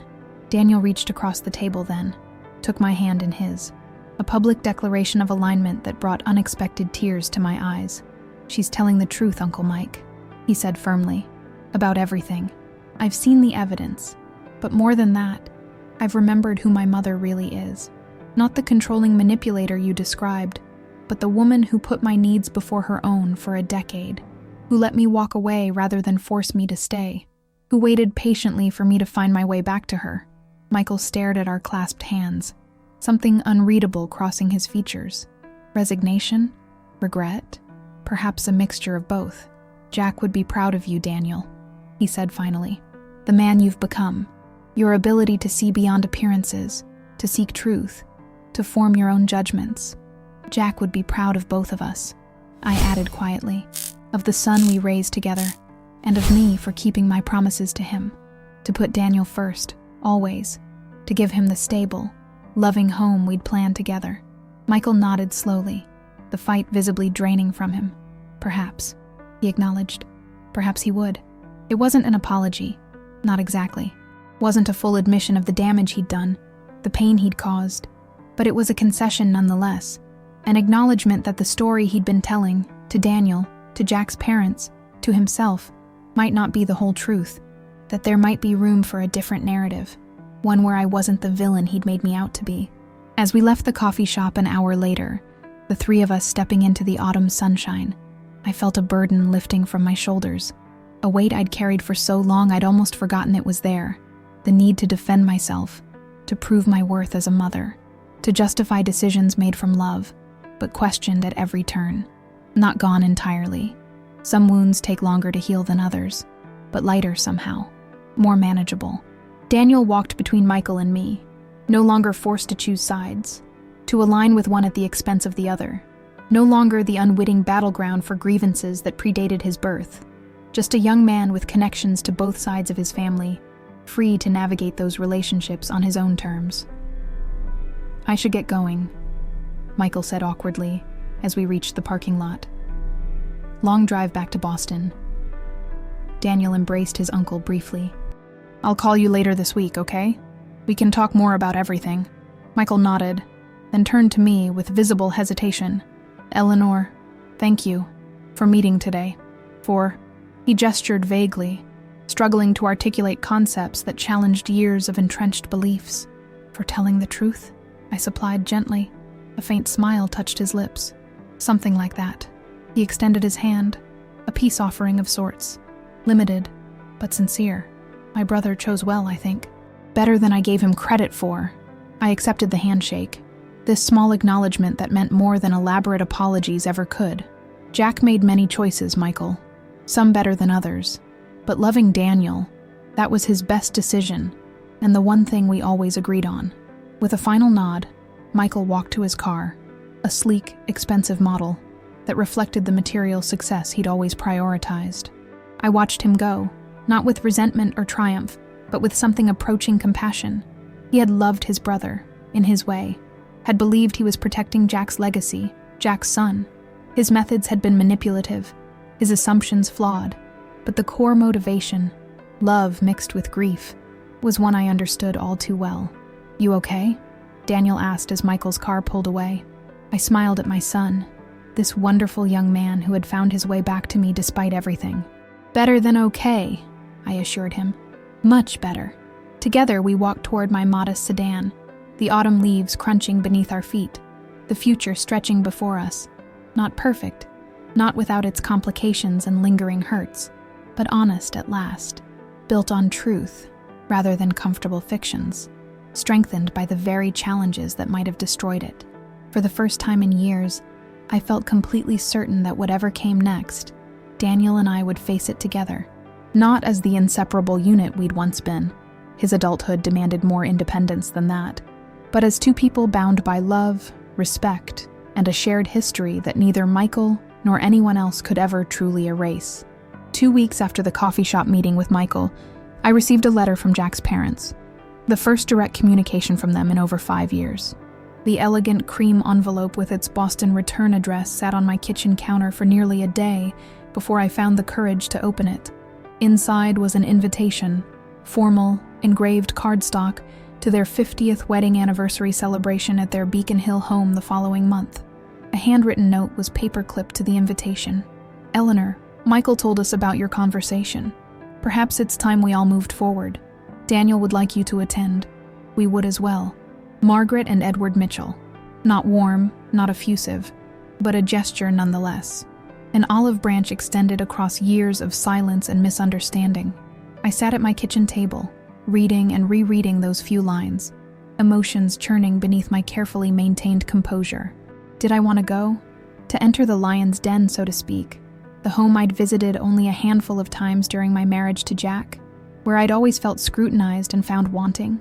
To face the parents-in-law who had believed the worst of me for over a decade, who had allowed Michael's narrative to stand unchallenged, who had missed so many precious years of their grandson's life because of pride and stubbornness?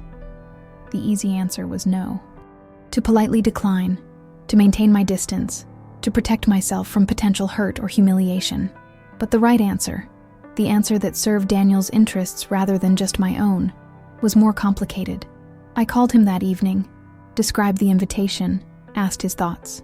"I think you should come," he said immediately. "Grandma and Grandpa they're trying, Mom, in their own way." Michael told them everything, about the trust fund, about the letters you sent over the years, about how he manipulated the situation. They want to make amends, I think, or at least start moving in that direction. "It would be awkward," I pointed out. "All of us in that house with so much unspoken history." "Probably," he agreed. "But isn't awkward better than estranged? At least it's a beginning." A beginning, the same phrase I'd used about our own reconciliation. A chance to start building something new from the ruins of what had been broken. Not perfect, not easy, but necessary perhaps, for Daniel's sake if not for my own. "I'll think about it," I promised. That night, I sat on my back porch, watching stars appear in the darkening sky, weighing my options. The practical obstacles were manageable. I could request a day off from teaching, make the drive to Boston, find a hotel for the night. The emotional hurdles were more daunting. Could I truly face Jack's parents without resentment? Without the painful awareness of all they had missed in their grandson's life? Without the memory of their cold dismissal at Jack's funeral? Their implication that I was somehow responsible for his death? Yet beneath those legitimate concerns, A small voice whispered a more uncomfortable truth. I was afraid. Afraid of being judged and found wanting once more. Afraid of entering their world, the wealthy, traditional Boston society that had always viewed me as an interloper, a Connecticut schoolteacher who had taken their son from his rightful place in the family business. Afraid that despite everything, despite the truth finally coming to light, they would still see me as less than. By morning, I had made my decision. I would go, not with expectations of warm reunion or dramatic reconciliation, but with clear eyes and an open heart, ready to take this small step toward healing, if not for my own sake, then for Daniel's, for the future where he wouldn't have to choose between parts of his family, wouldn't have to compartmentalize his relationships or edit his stories depending on his audience. I called Daniel, told him my decision. I'll be there, I promised, but I'll need your help navigating all of this. It's been a long time since I've seen your grandparents. I'll be right beside you the whole time, he assured me. And Mom? Thank you. I know this isn't easy. The month passed quickly, filled with doctoral classes and teaching responsibilities that left little time for anxiety about the upcoming event. I bought a new dress for the occasion. Nothing flashy, but well-made and flattering. A deep blue that brought out my eyes. Booked a modest hotel room for the night. Asked a colleague who had grown up in Boston for recommendations on an appropriate anniversary gift. The day of the celebration arrived with unseasonable warmth, a last breath of autumn before winter's approach. I drove to Boston with my carefully wrapped present on the passenger seat, a pair of antique silver candlesticks I'd found at an estate sale, elegant without being ostentatious, significant without being overly personal, a neutral gift that acknowledged the milestone without presuming an intimacy that didn't exist. The Mitchell home looked exactly as I remembered it, a stately brownstone on one of Beacon Hill's most exclusive streets, its brick facade and black shutters radiating old-money restraint. As I parked nearby and gathered my purse and gift, memories flooded back. Holidays spent here during my marriage to Jack, always feeling slightly out of place amid the formal dinners and family traditions established generations before my arrival. Daniel was waiting for me on the front steps, a welcome sight in his charcoal suit and blue tie. He embraced me warmly, then stood back to appraise my appearance. "You look beautiful, Mom," he said sincerely. "Ready for this?" I smoothed my dress, took a steadying breath, as I'll ever be. Inside, the house was transformed for the celebration. Flowers everywhere, soft music playing, catering staff circulating with champagne and hors d'oeuvres. Perhaps 50 guests milled about the first floor, most appearing to be contemporaries of Jack's parents, Boston's upper crust, old colleagues from Edward's law firm, longtime family friends. I recognized few faces, felt the familiar sensation of being an outsider looking in. Daniel stayed close, his hand on my elbow, guiding me through the crowd. I felt eyes on us, heard whispers as we passed. No doubt many of these people knew the family history, were surprised by my presence after so many years of estrangement. Eleanor, I turned at the sound of my name, found myself face to face with Margaret Mitchell, Jack's mother, Daniel's grandmother, a slender woman in her 70s now, still elegant in a navy dress and pearls, her silver hair swept into a perfect chignon. Her expression was difficult to read. Not warm, exactly, but not cold either. Cautious, perhaps. Uncertain. "Margaret," I acknowledged with a slight smile. "Congratulations on your anniversary. The celebration looks lovely. Thank you for coming," she said, her Boston Brahmin accent as pronounced as ever. It means a great deal to Daniel. Not to her, the phrasing implied, but to Daniel, a small distinction that spoke volumes. "I wouldn't have missed it," I replied, offering the wrapped gift, a small token for the occasion. She accepted it with a nod, handed it to a nearby staff member without opening it. "Edward is around somewhere. I'm sure he'll want to greet you as well." With that, she moved away, drawn into conversation with other guests. Daniel squeezed my arm encouragingly. "That went okay," he murmured. For Grandma, that was practically effusive. I smiled despite myself. Some things never change. We circulated through the party, Daniel introducing me to distant relatives and family friends, most of whom regarded me with polite curiosity. Michael was noticeably absent. A convenient business trip abroad, Daniel explained. Perhaps for the best, given the complexity of our recent interactions. Edward Mitchell found us near the library, a tall, distinguished man with the same serious eyes as his son and grandson. Jack's eyes, He greeted me with more warmth than his wife had managed, taking both my hands in his. "Eleanor," he said, his voice still carrying the authoritative tone I remembered from courtroom stories Jack had shared. "Thank you for accepting our invitation. It's been far too long." "It has," I agreed simply. "Congratulations on 50 years together. Quite an accomplishment." He nodded, a flash of something like regret crossing his features. "We've been fortunate in many ways, less so in others." He glanced at Daniel, then back to me. "Family should stick together, especially after loss. We haven't always remembered that as well as we should have." It was as close to an apology as I was likely to get. Oblique, avoiding direct admission of wrongdoing, but sincere nonetheless. I accepted it in the spirit it was offered. "Perhaps we can do better moving forward," I suggested quietly. "Yes," he agreed. "Perhaps we can." The moment was interrupted by the arrival of the caterer, needing Edward's approval on some detail of the dinner service. He excused himself with a promise to speak more later. Daniel and I continued our circuit of the party, eventually finding a quiet corner near the French doors leading to the back garden. "How are you holding up?" Daniel asked, handing me a fresh glass of champagne. "Better than expected," I admitted. "It's strange being back here. So many memories." He nodded, understanding. "They're trying, in their way. Grandma especially. This invitation was her idea, not Grandpa's. She was up half the night worrying about the guest list, the seating arrangements, whether you'd actually come. This surprised me. I wouldn't have thought she cared one way or the other. She's complicated," Daniel said with a small smile, "like someone else I know." Before I could respond, a chiming sound cut through the party noise, Edward tapping a spoon against his crystal glass, calling for attention. Conversation died away as guests turned toward our host, standing on the bottom step of the grand staircase, Margaret beside him. "Friends, family," he began, his courtroom voice filling the space effortlessly. "Thank you all for sharing this milestone with Margaret and me. 50 years is a long time," Edward continued, his voice carrying throughout the elegant room. "A half-century of sharing life's joys and sorrows, triumphs and challenges. When we married in 1975, neither of us could have imagined the journey ahead. The careers built, the home established, the son we raised." His voice faltered slightly. "The son we lost." A hush fell over the gathering. Jack's death was rarely mentioned explicitly in Mitchell family circles, acknowledged in sidelong glances and careful omissions, but seldom addressed directly. I felt Daniel stiffen beside me, his hand finding mine in silent support. "Loss changes a family," Edward continued after gathering himself. "Sometimes it pulls us together. Sometimes it pushes us apart. In our case, I regret to say, it did the latter." Margaret looked up at her husband, surprise evident in her expression. This clearly wasn't the speech they had rehearsed. "When Jack died, we lost more than our son," Edward said, his gaze finding me across the room. "We lost perspective, lost sight of what truly mattered, made assumptions that served our grief rather than the truth. And in doing so, we created distance where there should have been support, division where there should have been unity." Murmurs rippled through the crowd.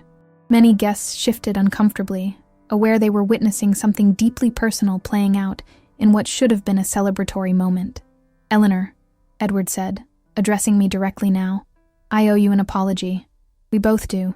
For the years of silence, for the judgments made without full understanding, for failing to be the family that Jack would have wanted us to be for you and Daniel after his death." I felt the weight of dozens of eyes turning toward me, curious, assessing. My cheeks burned, but I held Edward's gaze steadily, acknowledging his words with a small nod. "Our grandson," Edward continued, gesturing toward Daniel, "has shown more wisdom and courage than his grandparents. He's pushed us to face uncomfortable truths, to acknowledge mistakes, to begin rebuilding bridges long since burned. At only 23, he understands what took us decades to learn. That family is too precious to sacrifice on the altar of pride or misunderstanding." Margaret stepped forward then, her usual reserve cracking slightly as she took the glass from her husband's hand. "What my husband is trying to say," she added, her voice softer but no less clear, "is that this anniversary celebration isn't just about looking back on 50 years of marriage.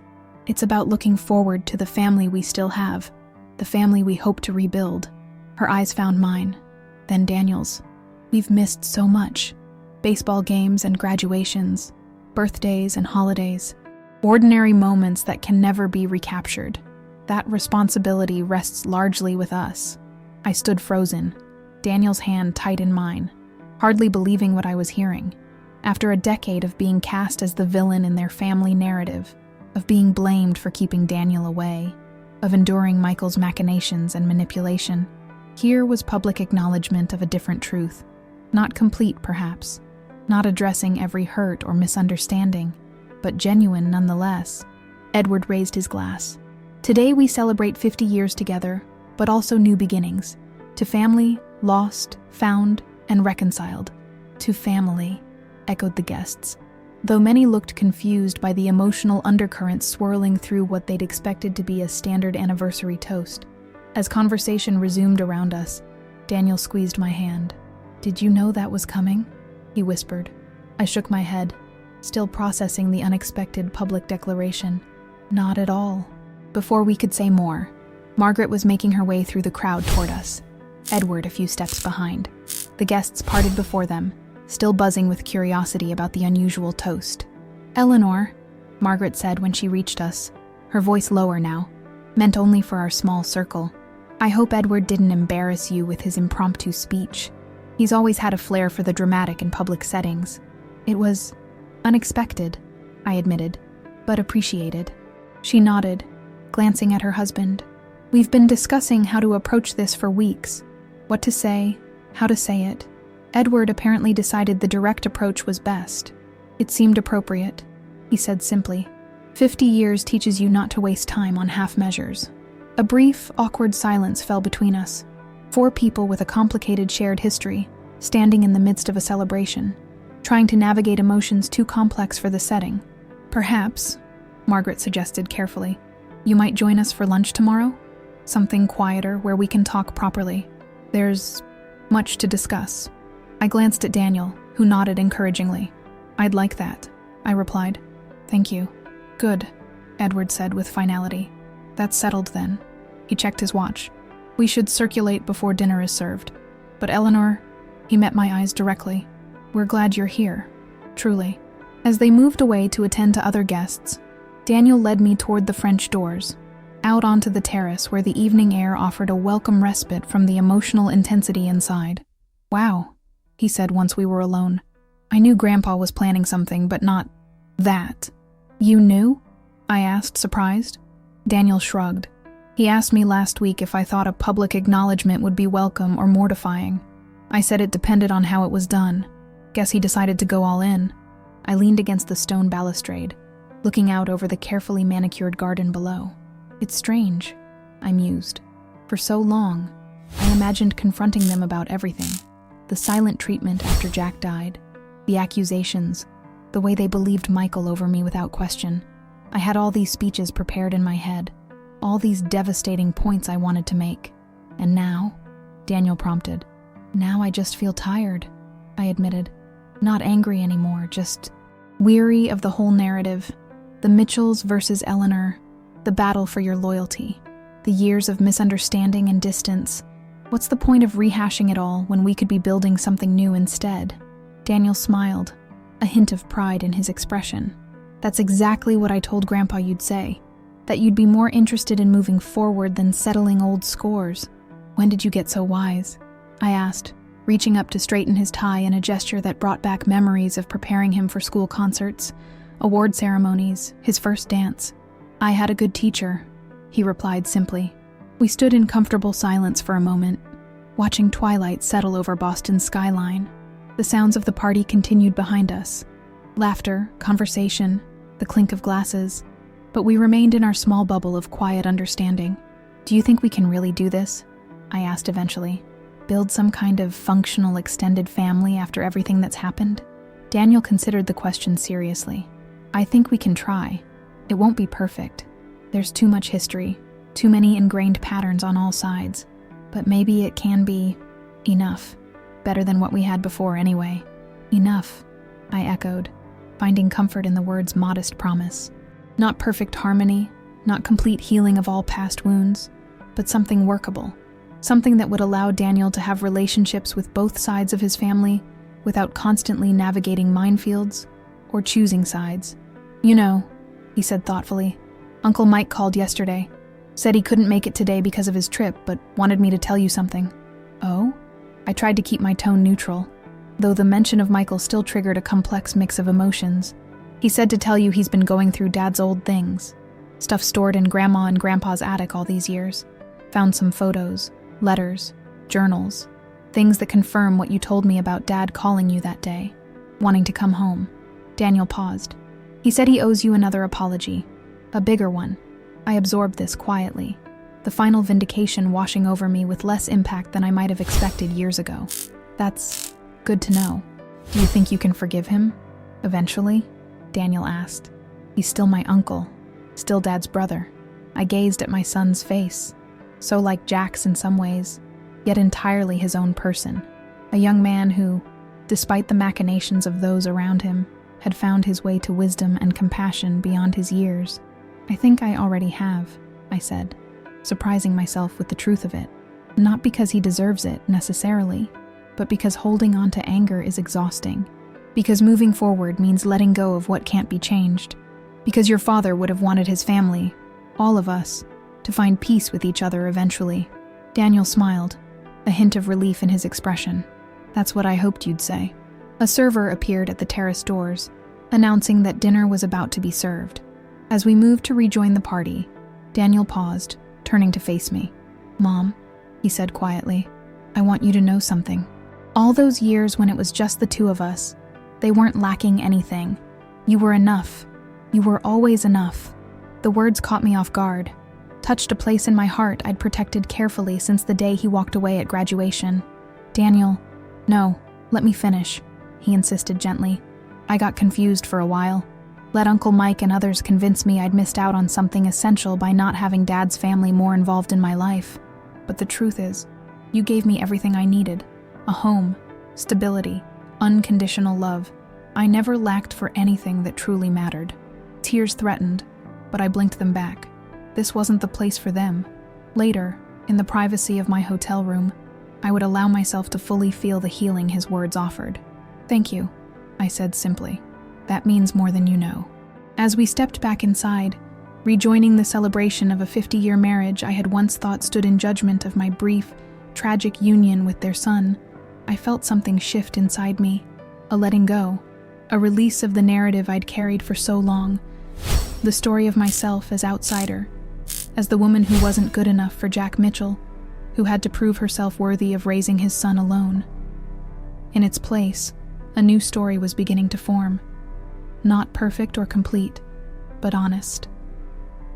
A story where mistakes had been made on all sides, where grief had twisted perceptions and hardened hearts, but where reconciliation remained possible, where my son could have his full family history without choosing sides, where I could finally lay down the armor I'd worn for so long and simply be Eleanor, not defined by loss or struggle or vindication, but by the life I'd built and the love I'd never stopped giving.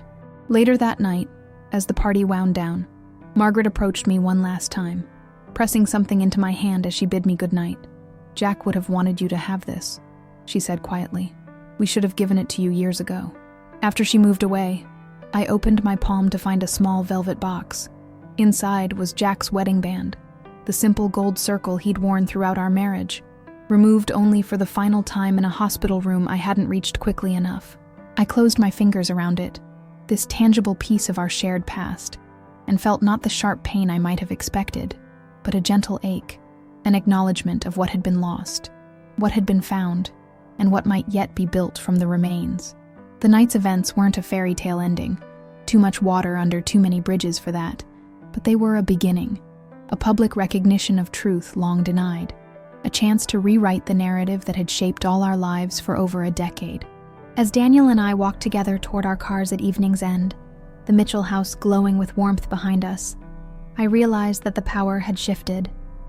Not dramatically or completely, but significantly nonetheless. For years, Jack's family had controlled the narrative about me, about my relationship with Jack, about my motives in raising Daniel alone. Now that narrative had been challenged, not just privately, but publicly, before friends and family who had heard only one side for too long. More importantly, Daniel knew the truth now. All of it. The good and the bad, the choices made from love, and those made from pain. The whole messy, complicated story of his parents' marriage, his father's death, and the decade that followed. No more secrets. No more carefully edited versions designed to protect or manipulate. Just truth, imperfect, sometimes painful, but ultimately healing. And in that truth, I had found a freedom I hadn't known I was seeking. The freedom to be simply myself. Neither saint nor villain, neither perfect mother nor selfish manipulator. Just a woman who had loved and lost, who had done her best in impossible circumstances, who had protected what mattered most when it would have been easier to give up. A woman who, after years of standing alone, had finally been seen. The following spring brought changes I could never have anticipated 6 months earlier. Dogwoods bloomed along my cottage walkway, their white flowers catching morning light as I gathered materials for my doctoral seminar. Through the open window, I could hear birds in the garden, the simple, ordinary sounds of life continuing, evolving, renewing itself. My phone chimed with a text message from Daniel. Flight lands at 2:15.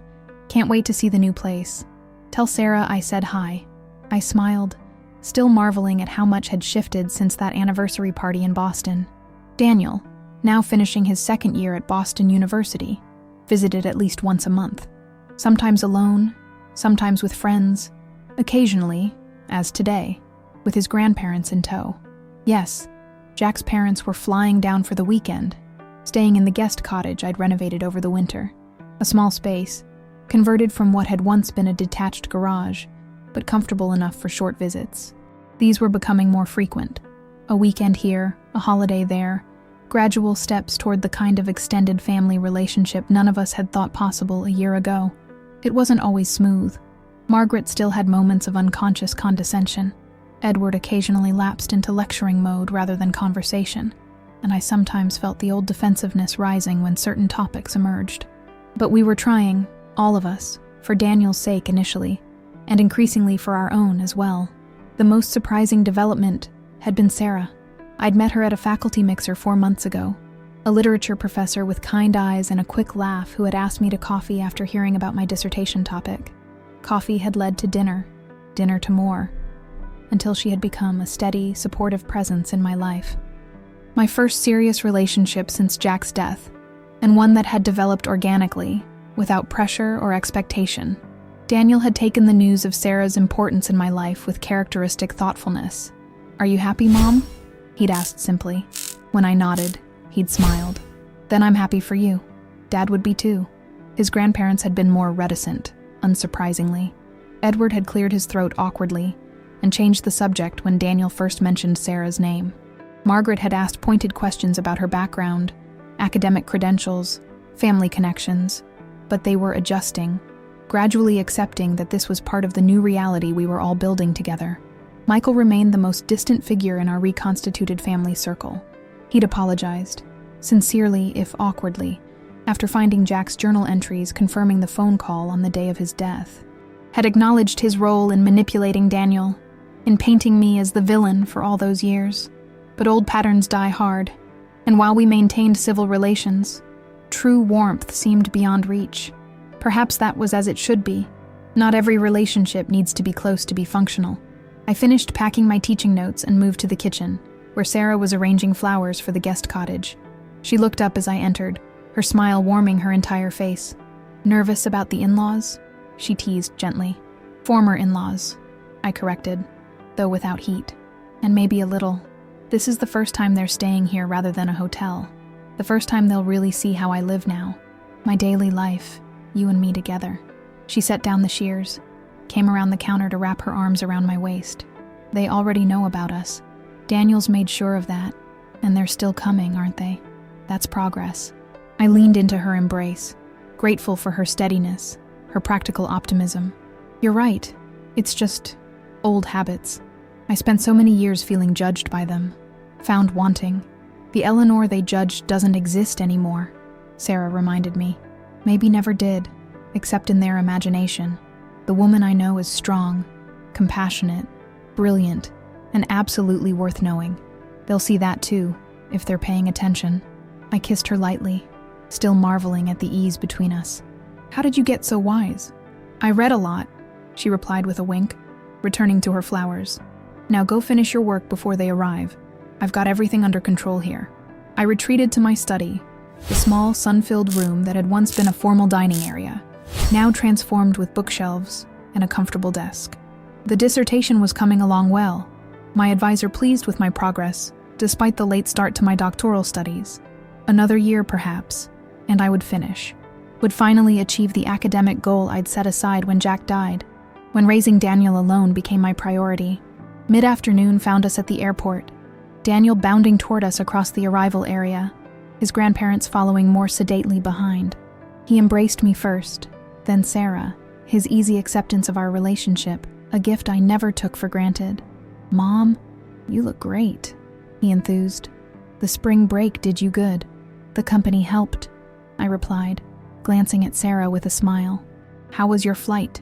"Smooth," Edward answered, reaching us with a subtle huff that suggested he found the airport's walking distances excessive. At 75, he remained imposing but had begun to show his age in small ways. A slight stoop to his shoulders, a careful deliberation to his movements. Margaret slept through most of it. "Economy plus isn't first class, dear," his wife reminded him, with the patient tone of someone who had been managing her husband's expectations for half a century. She turned to me with a polite smile.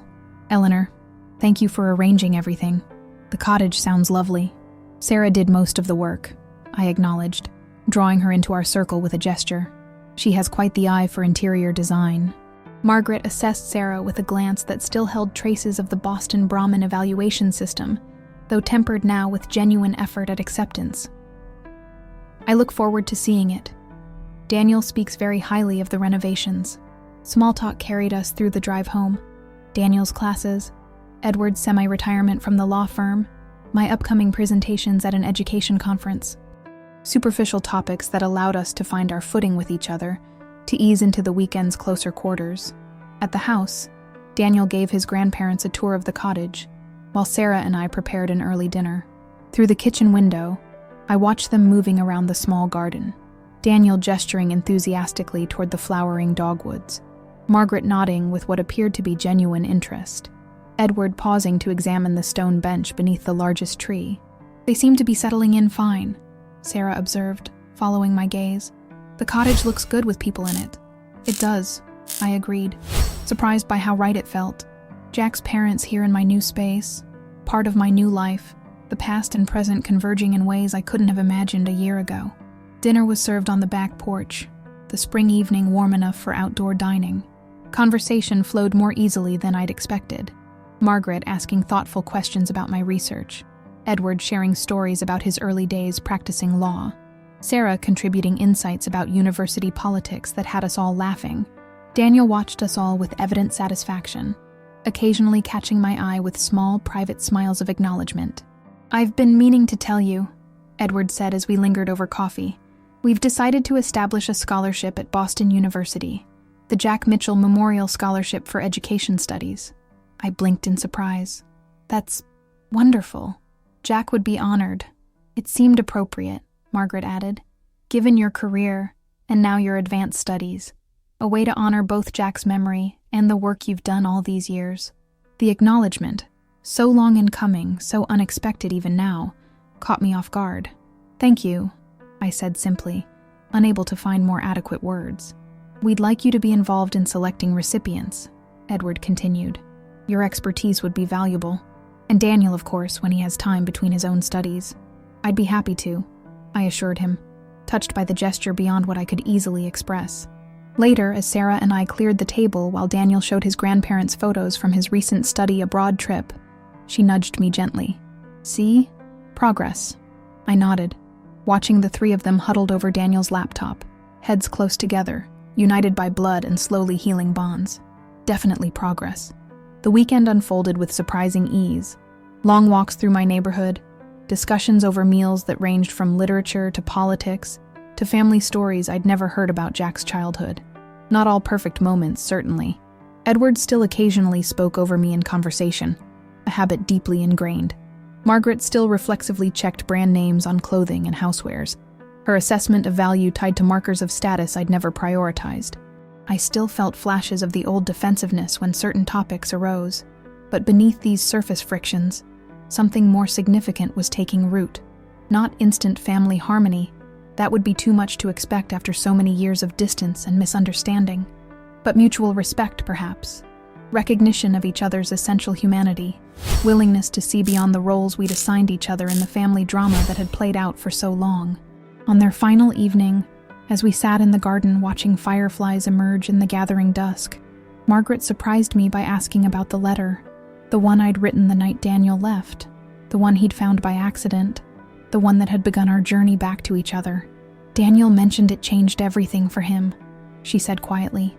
Made him question everything Michael had told him about you, about Jack, about your marriage. I nodded, seeing no reason to deny it. I wrote it for myself, really. Never intended for him to find it. Sometimes the words we never meant to share are the most powerful, she observed, her gaze distant. The most honest. I've often wondered, Edward interjected, what Jack would make of all this. The years of estrangement, the recent reconciliation, I suppose we could call it. He'd be furious with all of us, Daniel said unexpectedly, joining the conversation from his seat on the stone bench, for wasting so much time on pride and misunderstanding when we could have been a family all along. A silence followed his words, not uncomfortable, but thoughtful, reflective. You're probably right, Edward acknowledged eventually. Jack never had patience for family politics. Always said life was too short for grudges. Ironic, given what happened after he died, Margaret added softly. We're here now, I said, finding myself in the unexpected position of comforting Jack's parents, rather than defending myself against them. That's what matters.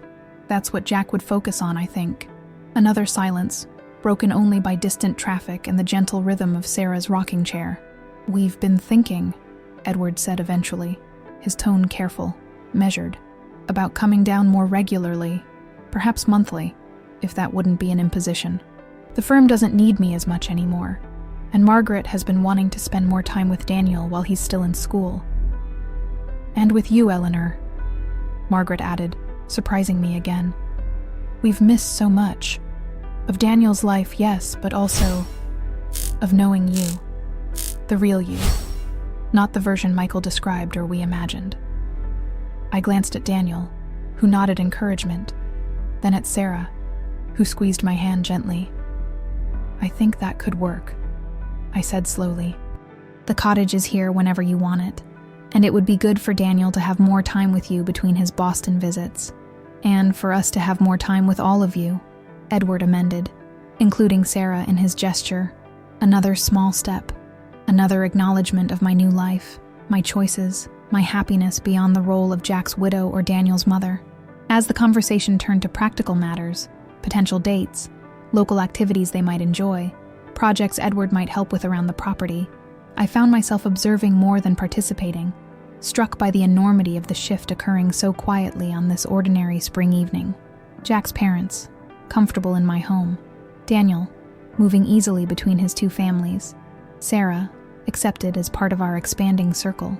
And me, no longer defined primarily by loss or struggle or defensive isolation, but by the life I'd built, the connections I'd maintained or repaired or created anew. Later, after our guests had retired to the cottage, and Daniel to his old room in the main house, Sarah and I sat alone on the porch, the night air cool around us, stars visible through the dogwood branches. Penny for your thoughts, she said softly, her hand finding mine in the darkness. Just marveling, I suppose, at how much can change in less than a year, at how healing can happen when you least expect it. I squeezed her fingers gently, at how full life can be, even after you've given up on certain possibilities. You never really gave up, she observed. Not on Daniel, not on yourself. You just stepped back, gave everyone space to find their way back to the truth. That's not giving up. That's wisdom. I considered this, finding comfort in her perspective. Maybe. Or maybe just exhaustion with fighting battles that couldn't be won through confrontation. Sometimes the strongest move is standing still, she said, letting others come to you when they're ready. The wisdom in her words resonated with what I'd learned through difficult experience, that some truths can't be forced, some reconciliations can't be rushed, Some healing happens only when everyone involved is truly ready for it. Daniel had needed to discover for himself the manipulation behind Michael's version of events. Jack's parents had needed to see beyond their grief and prejudice to recognize what had been lost through their withdrawal from their grandson's life. And I had needed to find my own worth beyond the roles of widow and mother, to remember that I was Eleanor Mitchell first, a woman with dreams and capabilities that extended beyond the tragedy that had shaped so much of my adult life. Now, sitting in the garden I'd planted with my own hands, beside the woman who had unexpectedly brought new joy to my life, with my son sleeping peacefully inside, and his grandparents, Jack's parents, settled in the cottage nearby, I felt a sense of completion I'd thought forever beyond my reach. Not perfect completion. Life is too complex. Relationships too nuanced for fairy tale endings. There would still be misunderstandings. Still be moments when old patterns threatened to reassert themselves. Still be occasional tensions as we navigated this new family configuration.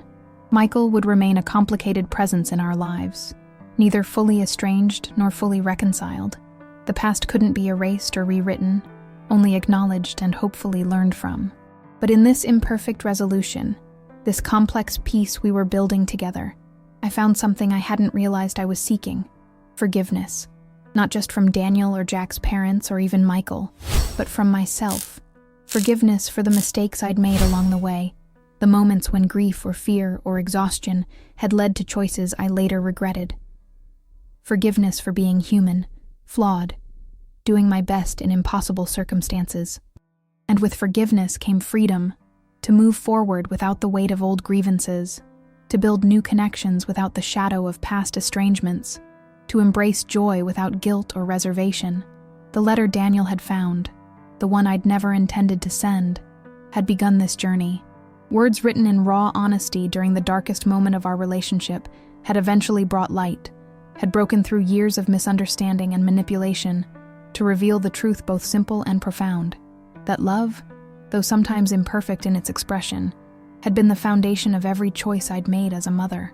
That truth had brought my son back to me, had opened doors long closed between our fractured family branches, had created space for new beginnings I'd never dared imagine. As Sarah and I finally rose to go inside, the night deepening around us, I paused to look up at the stars visible through the dogwood branches, the same stars that had witnessed my journey from young wife to widow, from new mother to empty nester, from isolation to this expanding circle of connection. My son had once said I'd ruined his life, words spoken in anger, in confusion, in the pain of discovering that adults, even parents, are fallible and human. Words I'd carried like stones in my heart for too long. Now he knew the whole story, had read the letter I never sent, had confronted the uncle who manipulated him, had reconciled with the mother who had never stopped loving him despite everything, had become the bridge between past and present, between his father's family and me, between what was lost and what could still be built from those remains. Some wounds never fully heal, it's true. The scar of Jack's death would always be part of our family story. The years of estrangement would always be remembered, even as they were forgiven. The pain inflicted through misunderstanding and deliberate manipulation couldn't be entirely erased. But some wounds, even the deepest ones, can transform over time into something else. Not healed completely, perhaps, but incorporated into a larger tapestry of experience that includes joy alongside sorrow, connection alongside loss, forgiveness alongside pain. A complete life, in other words. A human life, with all its complexity and contradiction. As I closed the door behind us, securing my home for the night with family sleeping safely under my roof and nearby, I felt a sense of peace that had nothing to do with perfect resolution and everything to do with acceptance, of the past that had shaped us all, of the present with its unexpected gifts, of the future still unfolding in ways none of us could fully predict. The letter I never sent had found its way to its intended recipient after all, and in that finding, a family lost had somehow, improbably, been found again.